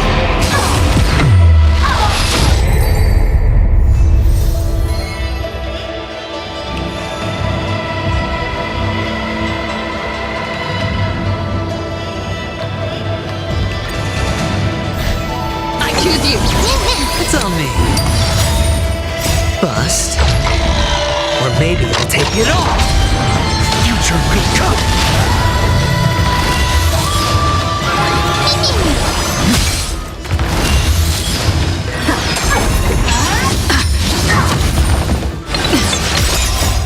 We can do anything. I'm still here. Tomorrow! Open sesame. Spend freely. Future will come!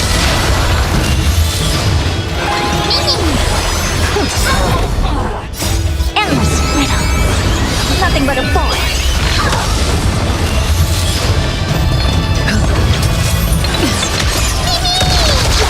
Tomorrow! Fury of innumerable core flames consume me. Tear the sky! Quench the flames of blood!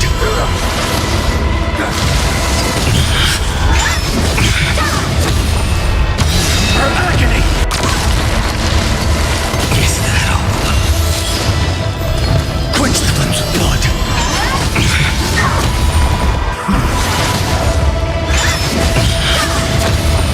Granted with strife!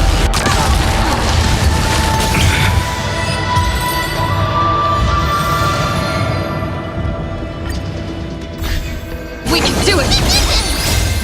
We can do anything. Future will come! It's on me.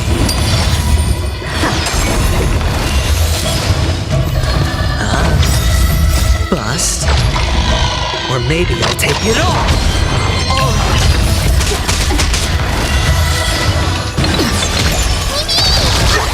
Tomorrow!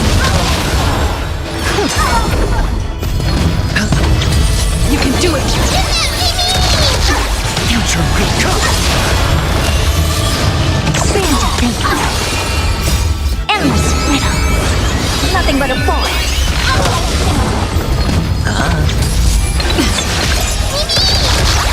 Tomorrow! Open sesame. Watch it close. Spend freely. Fury of innumerable core flames consume me. Tear the sky! Quench the flames of blood! Is that all? Her agony!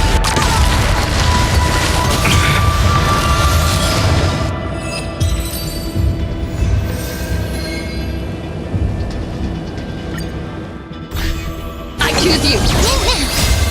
We can do anything. Future will come!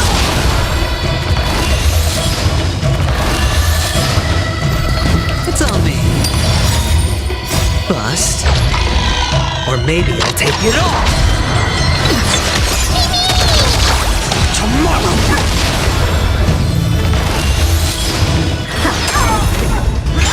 You just don't want it.